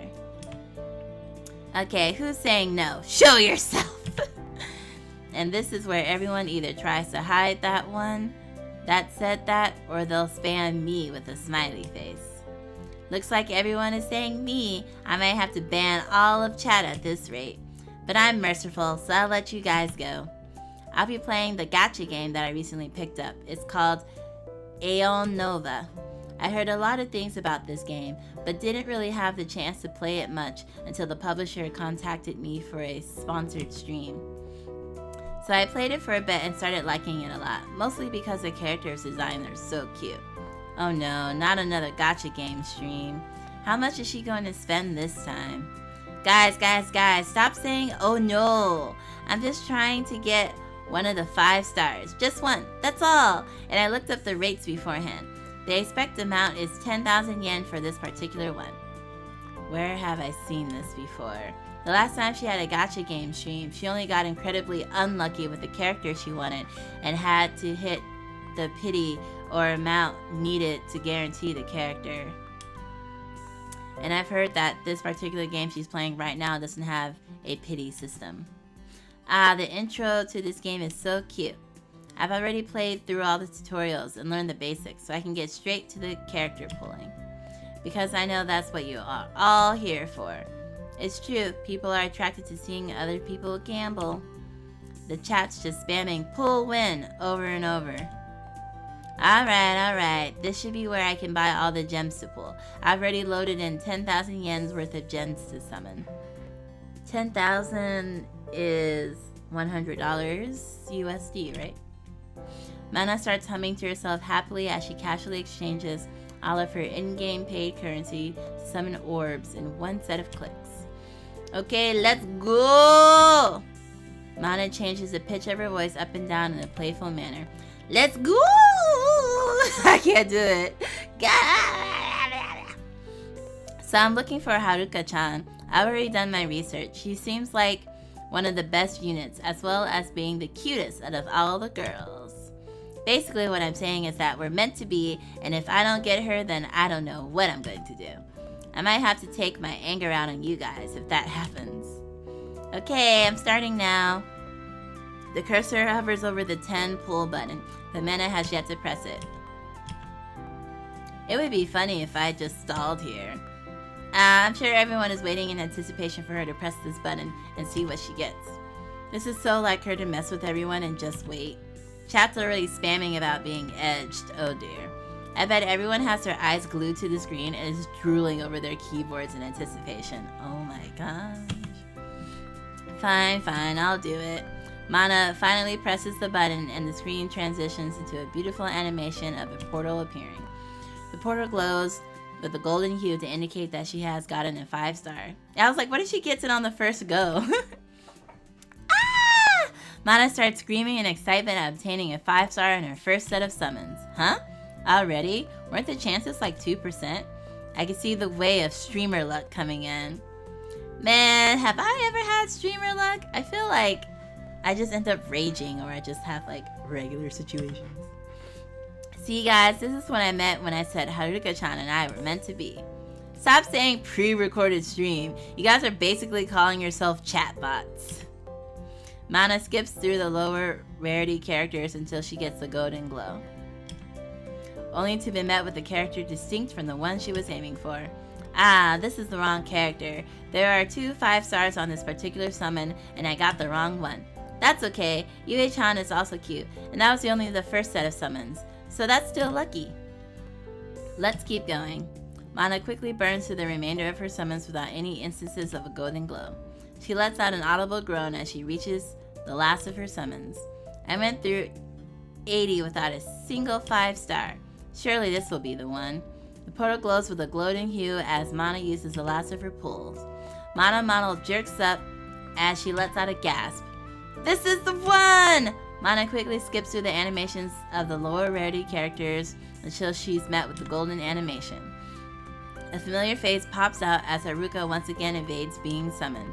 No! Why? Haruka-chan, why? The audible squeak of the chair can be heard as Mana's model falls backwards until it reaches the limit of its motion range. Everybody's just spamming the Mana cry emote, while others are reveling in Mana's gotcha suffering. Can't say I feel any different. Mana's frozen smile indicates that the real-life person is still sulking back in her chair and hasn't entered the visual range of her motion capture. This has a lot of technical sentences in it. Like, I understand it, but I wonder if other people watching this will understand it. Suddenly, the squeaking of a chair can be heard as Mana starts moving again. You know what? That's alright. That was just the expected value. That just means I'm below average in terms of luck. That happens. You know what they say about the sunk cost truth? Can't let that money I spent go to waste. I'm pretty sure it's the sunk cost fallacy. Let me turn the display off so I can charge more gems. The game display turns black as the sounds of a ballistic plastic card can be heard being dropped on the table. Mana starts humming to herself happily as if to point out the irony of the large amounts of money that can be dropped so casually on gacha games. The game display returns right when it had been disconnected. Haruka-chan will be mine. Minutes pass as the summons are quickly used in succession without any sightings of a golden portal. Mana doesn't say anything, but every 10 pull that is used without a 5-star, Mana closes her eyes and tilts her head upward slowly and silently to reflect her agony. Pain. That's the only word that comes from Mana in the past 50 summons. As she uses her second to last 10 pull without avail, she gives her more exaggerated silent display of pain yet. Last 10 pull, that's okay, I still got another 10. Surely this will be the one. You can make it through this, Mana. This is painful to watch, but it's also very funny to see her exaggerated reactions. It looks like the life got sucked out of her. Reminds me of Kagurazaka. Oh, I need to drink some water.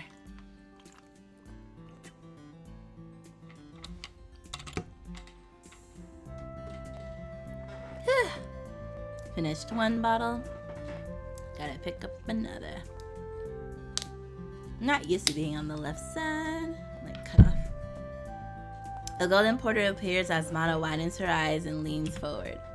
This is it. This is the one. The sound of Mana mashing her screen could be heard as she quickly skips through the animations.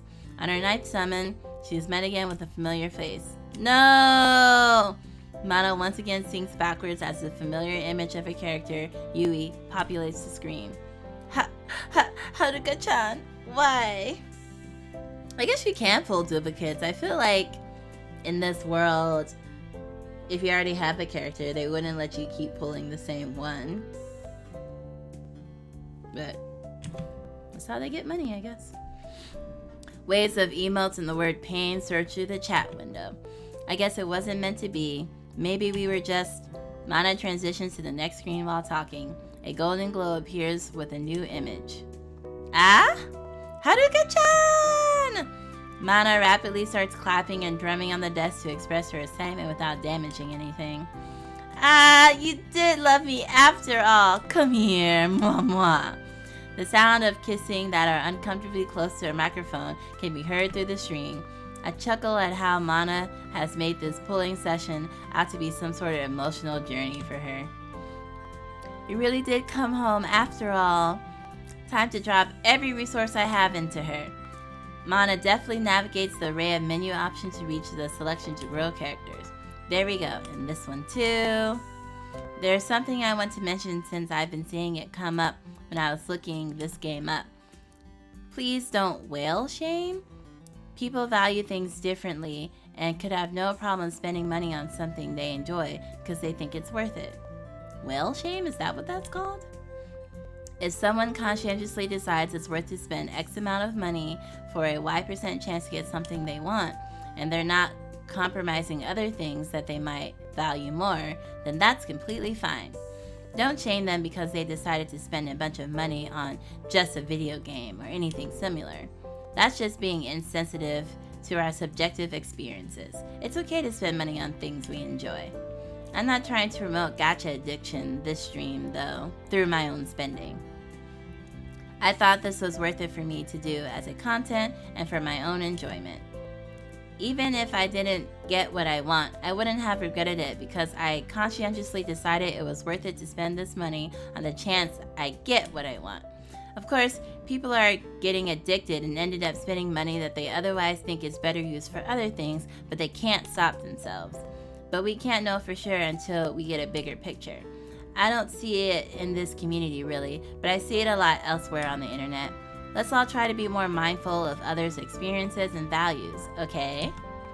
That was sudden, but not completely out of nowhere. I see it as well on the internet all the time. It's just not gacha games, but it applies to a lot of other hobbies. I also like how Mana has stars in her eyes too, just like me. Mine are very tiny though, so it could be hard to miss, but I have stars. cat in my hair.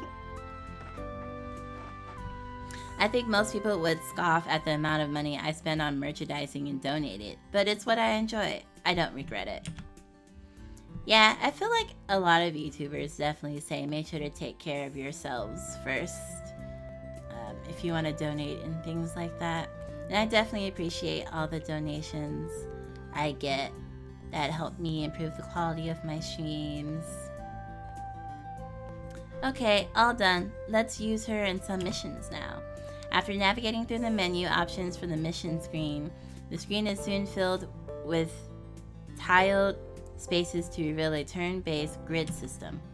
Mana effortlessly starts placing units on the board with intent. Hasn't she only started recently? I guess she's always been good at grasping game concepts. I quickly glance over at the chat window to see that people are already trying to backseat by telling her how to use her units. Actually, now that I think about like streaming Advance Wars, I'm not worried about backseating, but I worry that like maybe like I don't remember how good or bad I used to be at Advance Wars, but I am worried that like maybe it might be hard for me to actually beat the game since it is such a hardcore strategy game. But I will try my best. Because I do want to beat the game. Whew. Alright. Guys, I've told you this before. It's much more productive to frame your views in a way that's constructive rather than trying to tell someone that what they're doing is wrong. Instead of saying that unit is bad, place the other one, you can say something like, I think this unit is not optimal for this level because it specializes in long range while the map design is more compact, as well as it's having less synergy with my other units. Okay, but also, when you ask people to put in more effort to make words longer and stuff, they be like, nah, I just want to say it's bad, not why it's bad. I remember, like, sometimes I have these, like, long conversations with people, which sometimes go into, like, very semantical things and, like, clarifying, like, what do you mean by this? And people get exhausted sometimes by that. And then people might think you're, like, trolling or something, but you're like, no, I just genuinely want to understand. And they'd be like, oh, well, it's not that important for you to understand or something, and then like make you feel bad for wanting to understand just because it's like a little more effort to like fully explain something so that someone understands what you mean. And it's like that was probably very vague and abstract without a concrete example, but hopefully some of y'all get what I mean by that.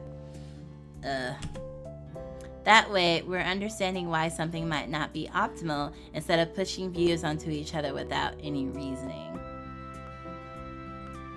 Or like sometimes if you question someone's reasoning, they take it personally and think it's like you critiquing them when you just want to understand their reasoning. Or like maybe they find out that their reasoning wasn't as solid as they thought, and then they become super defensive about that or something. As always, Mana surprises me at how adept she is at handling issues. I guess that's why she's a top VTuber. Always composed and strong-minded without being too pushy when she should be. Mana manages to clear the level's relative ease while regularly interacting with chat. This continues on for about an hour and a half. That should be enough for the content that I can do right now without refilling on energy. I think I'll move on to reading super chats and just hang out for a bit. Okay, first off is Mana fan number 211san. I love this game. I'm so glad you got sponsored. I'm looking forward to how you play it. Also, if she got sponsored, doesn't that mean she either got the game for free or like got some credits or stuff for free? So like that kind of offset however much she like spent or something. Aw, thank you. I hope you enjoyed it. I know there's a lot of different approaches to reading donation messages, especially depending on the streaming platform, but I'm surprised someone as big as Mana still reads out every single super chat. It honestly seems like a ton of work, and I can see why VTubers wouldn't depending on their approach. But it really does help the community feel closer with her. The super chat reading continues on, with Mana able to provide active responses to any questions or inquiries that were thrown at her. Next we have Johnson2427-san. Mana, I wanted to spend a super chat to tell you how much your streams mean to me. I'm going through a really rough time, and you have been a light that shines through the darkness. You've saved me. I don't think I would still be around if it weren't for you, so thank you. Oh boy, it's one of these messages. I mean, I can understand where he's coming from. He probably thinks that they might be flattered in a way for being such an important part of his life, or that his feelings are so strong that he can't contain it. But nobody wants to have to take that burden of being the only hope for someone. It's just too overbearing. Oh, I didn't expect him to say that. Johnson-san, I'm really glad my streams could be a place of solace for you. But that's a bit of light is the only thing I can really provide. That little bit of light is the only thing I can provide. The only person that can save you is yourself.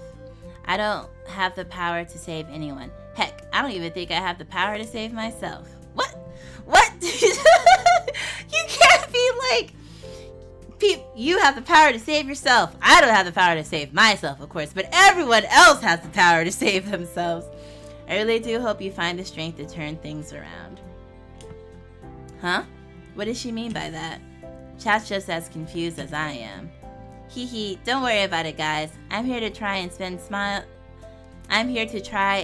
smiles as best as I can by sharing the things I love. Also, again, the presumption that, like, she's a person with absolutely no problems. Like, of course she has her own problems. But it is weird to, again, tell people that the only person that can save you is yourself. In my situation, I can't save myself, but I definitely can't save you. But I think, I don't know. I have a lot of thoughts on the notion of, like, when people say, like, oh, like when people are like, oh, you've saved me, or like, oh, what you're doing really helped turn my depression around, or something like that. And then the person that they're saying this to is like, oh, no, I didn't do anything. That was all you. Like, kind of downplaying their, like, involvement, or like downplaying the effect that they have on people. I think it's kind of not rude, but I think it's okay to acknowledge that, like, you as an entertainer or something that you've created has affected someone so positively. I think it's kind of odd if you're putting things out there to make people feel better. Like, if she's saying, I'm here to try and spread smiles and, like, you know, share things that I love, and then people are like, yeah, you did make me smile, and then she's just like, well, the only person that can make you smile is you. It's, like, kind of odd to me. Like, it's a whole different thing if someone is like, oh, if you ever stop streaming, I would unalive myself. Like, that's an extreme that's different. But saying, like, watching your streams have, like, helped me want to push on, I don't think that's something that needs to be checked or, like, pushed back on, you know? Like, there are a lot of different reasons why people push on in this world, and if you happen to be one of them, by just being yourself and not going out of your way or something like that, or they're not saying, like, therefore you have to keep doing this or else I'll be miserable. Like, if they're just expressing gratitude, I think it's kind of odd to, like, lightly shut them down, you know? Even if you're trying to be encouraging and saying, like, the only one that can save you is you, there's total validity in, like, people needing other people to help them feel validated or help them feel like they want to be here, you know? Like, sometimes you in and of yourself is not enough for you to want to keep pushing forward. And I think it's totally valid that people seek to have other things outside of themselves to want to continue to like push forward. I think that's totally fine. And I think it's kind of sucky that people are so quick to shut people down and make it seem like it's, you know, up to them and only them to like fix their shit, because sometimes you do need help, and that's totally valid. And sometimes external motivation can be just as valid as internal, as long as it's not like unhealthy or toxic. So it's kind of bums me out when I see that. As you can see, I have a lot of thoughts and feelings about this, but you know, I know it's not easy, but yeah. We never know what anyone behind the screen might be going through, but I wish for this to continue being a place that everyone can come for comfort through whatever tough times you might be going through. Yeah, and they were literally just saying that you helped them through the tough time, then you were just like, nah, you gotta help yourself. Like, is that, am I the only one? I might just be overthinking this, but it just seems so weird to just be like shutting someone down for saying you helped them, and then saying at the same time, I want this to be a helpful space. Like, I don't get it.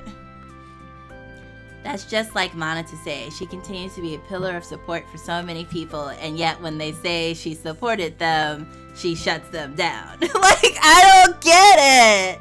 I could be looking at this wrong, and that's totally fair. Like, if you think I'm just tripping, you can put it in the comments. But I just think it's weird. It's like, you can't admit that some other outside force helped you through shit, and that's sucky to me. That strength is what makes so many people look up to her. Okay. But I'm still wondering what she meant when she said that she doesn't have the power to save herself.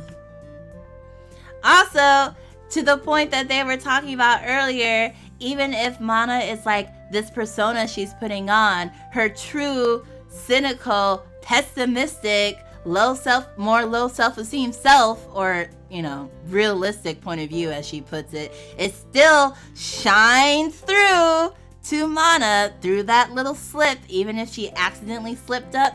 But it's like, you can't hide who you really are 100% of the time. Like, it still leaks out, homie. It still leaks out. Oh my gosh. Okay. All right, next up is Mana continues to read through the super chats for about an hour until she finishes the last one. I think that's the last one. I think I'm going to call it for tonight now. This was a fun stream, but I got to get some things ready for some stuff tomorrow. Don't forget about my anniversary coming up. Oyasu Mana. Oyasu Mana. I can't. Bye-bye. You can only say it for yourself, huh? I don't know if that's entirely true to my experience. Exactly. I'm not a strong person. I wasn't able to save myself. I had to turn to VTubers for comfort. Yeah, and that's totally fine. Like, I really don't like the narrative that that's somehow not valid or the right way to go about it, or that it's bad. There's no way that Mana could feel as powerless as I do. Well, I mean, look at how much influence she has and how many people love her. How could she be someone who isn't strong enough to save herself? But you don't know her situation behind the screen. I can't. I'm sorry. This is literally going to be 6 hours if I keep interjecting. But I also feel like it's nice that I can just say my thoughts too. I'm having an existential VTuber crisis.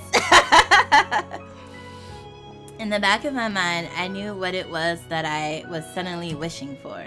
Stop. There's no way I could ever be someone who could save someone like Mana.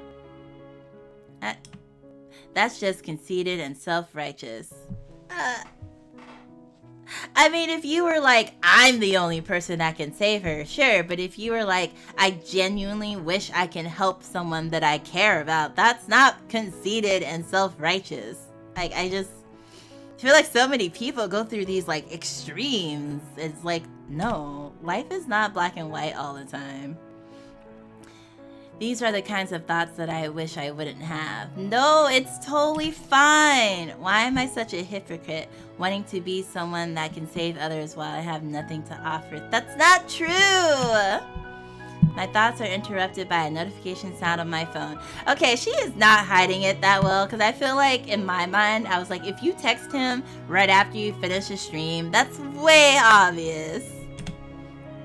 Oh yeah, I forgot that Kagurazawa. I'm sorry, like her name is very long and I stress out every time it comes up on the stream.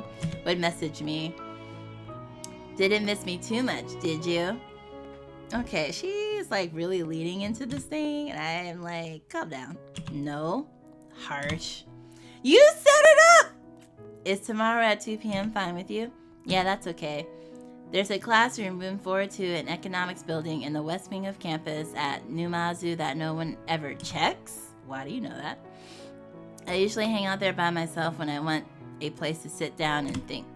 The doors should still open for summer course, but most people should be gone for break. That okay with you? Yeah. Alright, don't forget the manga volumes or you'll regret it. Okay. You alright? I realize I've been letting my mood show over text.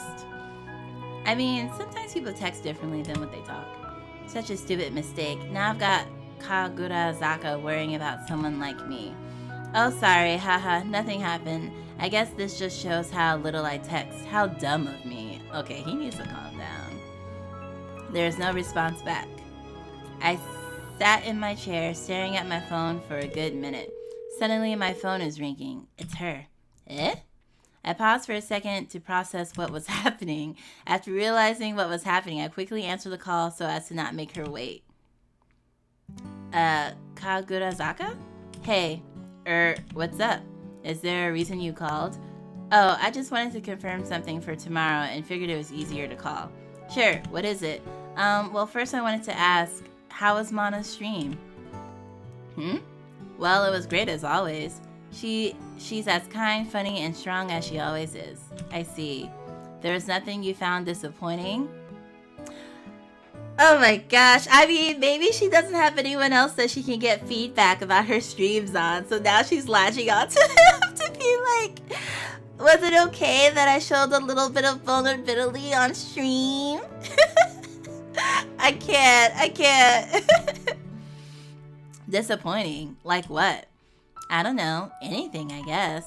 Not really. It's hard to imagine that I would end up being disappointed with her in stream. I see. So, it wasn't my fault. Huh? What do you mean? Nothing. So, what's been going on with you besides the stream?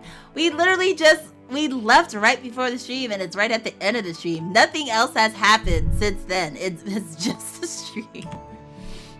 I immediately recalled the thoughts I was having before being messaged by her. There's no way I'm going to burden her with something as insignificant as that. My problems are not worth her concern or time. Oh my god, this is so painful. You are worth love and attention. You are worth someone being concerned about. You are not worthless. You fool! Nothing much. I was just feeling tired. Say, have you ever thought about how contradictory it is for people who are closer to rely on each other more? Huh? Have you ever thought about how contradictory it is for people who are closer to rely on each other more? Okay, she's gonna have to elaborate. That doesn't really sound contradictory to me. People are going to rely on each other more if they're closer, no? I don't mean it like that. I'm talking about how people who are closer tend to rely on each other more, but by relying on them, they're also placing some of their burden onto them. Well, yeah, but that's what it means to rely on them. Like, if it's not a burden, then you're not what? Which is the last thing someone would want to do to others that they care about. No? Well, but if you cared about someone and they couldn't go to you about their burdens to get the help they need, wouldn't you feel bad? Like, wouldn't you want to help them? Like, you gotta think about it not just one way perspective. You gotta think about both sides. Like, wouldn't you want to help someone you care about? And wouldn't you feel bad if they felt like they couldn't go to you for help when they needed it? Would you rather they suffer in silence? Mana? Oh, that's what you meant. Yeah, that is true. Don't tell her that's true. No. By getting closer, you become more inclined to do something that you wouldn't want to do to someone you care about. No, it's because you care about each other. That's a necessity. It's almost self-damaging. No. Yeah, no. The only person I can remember burning like that is my older sister. I care about her a lot and she's always checking up on me. But I ended up not being able to hide my emotional state too well in the past. Ended up causing her to worry about me. Nope. Just gonna keep pushing through. Now she blames herself for not being able to help me. Well, did you let her help you? Or did you just push her away and not give her a chance to help? And I hate myself for that. Why am I telling her this? Because she asked. She just had a conversation about burdening others, and now I'm telling her about my problems. You're giving her an example. Technically, she was the one who asked. Exactly. But I didn't have to give her any details. But it's weird. I feel oddly at peace sharing this information with her. Your sister sounds like a kind person. She really is, which is honestly all the more reason that I shouldn't be wasting her time and energy with my insignificant issues. See? Mana better hear that and reinforce that he is not an insignificant person. And that it makes 100% sense that someone who loves and cares about you would want you to burden them so they can help you. And even if they couldn't help you, just being there for you is something of... I'm having a conniption. Come on, I've told you this before. Your struggles still matter to you, don't they? Yeah, I remember, but I don't think it matters whether they're significant or not. I still wouldn't want to burden her either way. I feel the same way. I've made the mistake of sharing my burdens with someone I cared deeply about in the past. Things changed for me, and I just ended up causing them pain. My very existence becomes a source of resentment. But the sad part is that they did nothing wrong, and I don't blame them. It's just a natural feeling that came about. What hurt the most is that they still treated me with kindness and wanted to keep associating with me afterwards. I couldn't bear to continue causing them pain. Kagurazaka seemed like she wanted to continue but stopped herself. As it is, she's told me more about herself than she's ever done in our previous conversations. Which tends to happen as you build a rapport with each other. That's not weird, that's very normal. Sorry, I said too much. I didn't mean to bother you with that. Okay. That's alright. But doesn't that mean you care about me since you don't want to burden me with that? Heh, good one. I can't help but break a smile despite the tone of the conversation. Say, you wouldn't consider us close, would you? Well, it's only been 2 days since we met, and we haven't really talked too much. You talked? I think so too. So, I guess what I want to say is if there's anything you want to talk about and you don't want to burden someone you're close with, I don't mind listening if that makes you feel better. I can't guarantee that I'll have any answers though. They're both kind of annoying. It's like, just because it's only been 2 days, it doesn't mean that the bond you're building or have already seemed to have made is invalid, or that, whatever makes them feel better. If they have to pretend not to be close because it's only been 2 days and they wouldn't want to burden someone they actually care about, then sure, whatever. You know, I think that may be the most unique way I've ever seen someone be thoughtful. Yeah, it's weird, isn't it? Like, hey, well, sorry for being weird. No, I'm actually really thankful. And I find it kind of refreshing, sure. Most people I know would have just told me to not hesitate to rely on them. And I wouldn't be able to tell if they were just trying to be nice or not. Yeah. Well, maybe I'm just trying to be nice when I'm not. It doesn't really seem that way to me. But thanks. The same goes to you, though. I'm open to listening to anything. And of course, since you don't care about me, that should be easy to do, right? Okay, get ready for my life story in 3, 2, 1. Wait, I think that's going to be a bit too fast. I hear Kagurazaka give an audible laugh despite her pulling the phone away from her face. Maybe you'll get my life story at a higher bond level. I don't think I want to know what bond level you're going to require of me to get that. Don't worry, there's always the pay-to-win option. Yeah, something gotcha is evil, something Yui-chan wasn't going to wait for her next banner. Looks like you already know my life story. And that's how you're defining your life? I hear another series of muffled laughs coming from the other end of the line. No, but really, thanks. It's kind of weird. I wouldn't usually share anything about my past or want to burden anybody. But there's a bit of comfort in sharing that part about my past I mentioned earlier, even if it was really vague. I feel the same way. Maybe it's because we both know that we don't want to burden others. You're saying it's about the mutual understanding? Maybe. Yeah, maybe. Who knows? But thanks. I'm feeling a lot better now. Oh, so you were bothered by something. No. That I'm just feeling a little less tired is all. I sure wish I could say the same about my own fatigue. Heh, you're welcome. I really didn't do anything though. I don't even know what you're going through, and even if I did, I don't think I would have the strength to help you. That reminds me of what Mana said. That she doesn't have the strength to save anyone, even herself. Was that actually Mana saying that? She still got her own way. She still sneaked it in and made him say it.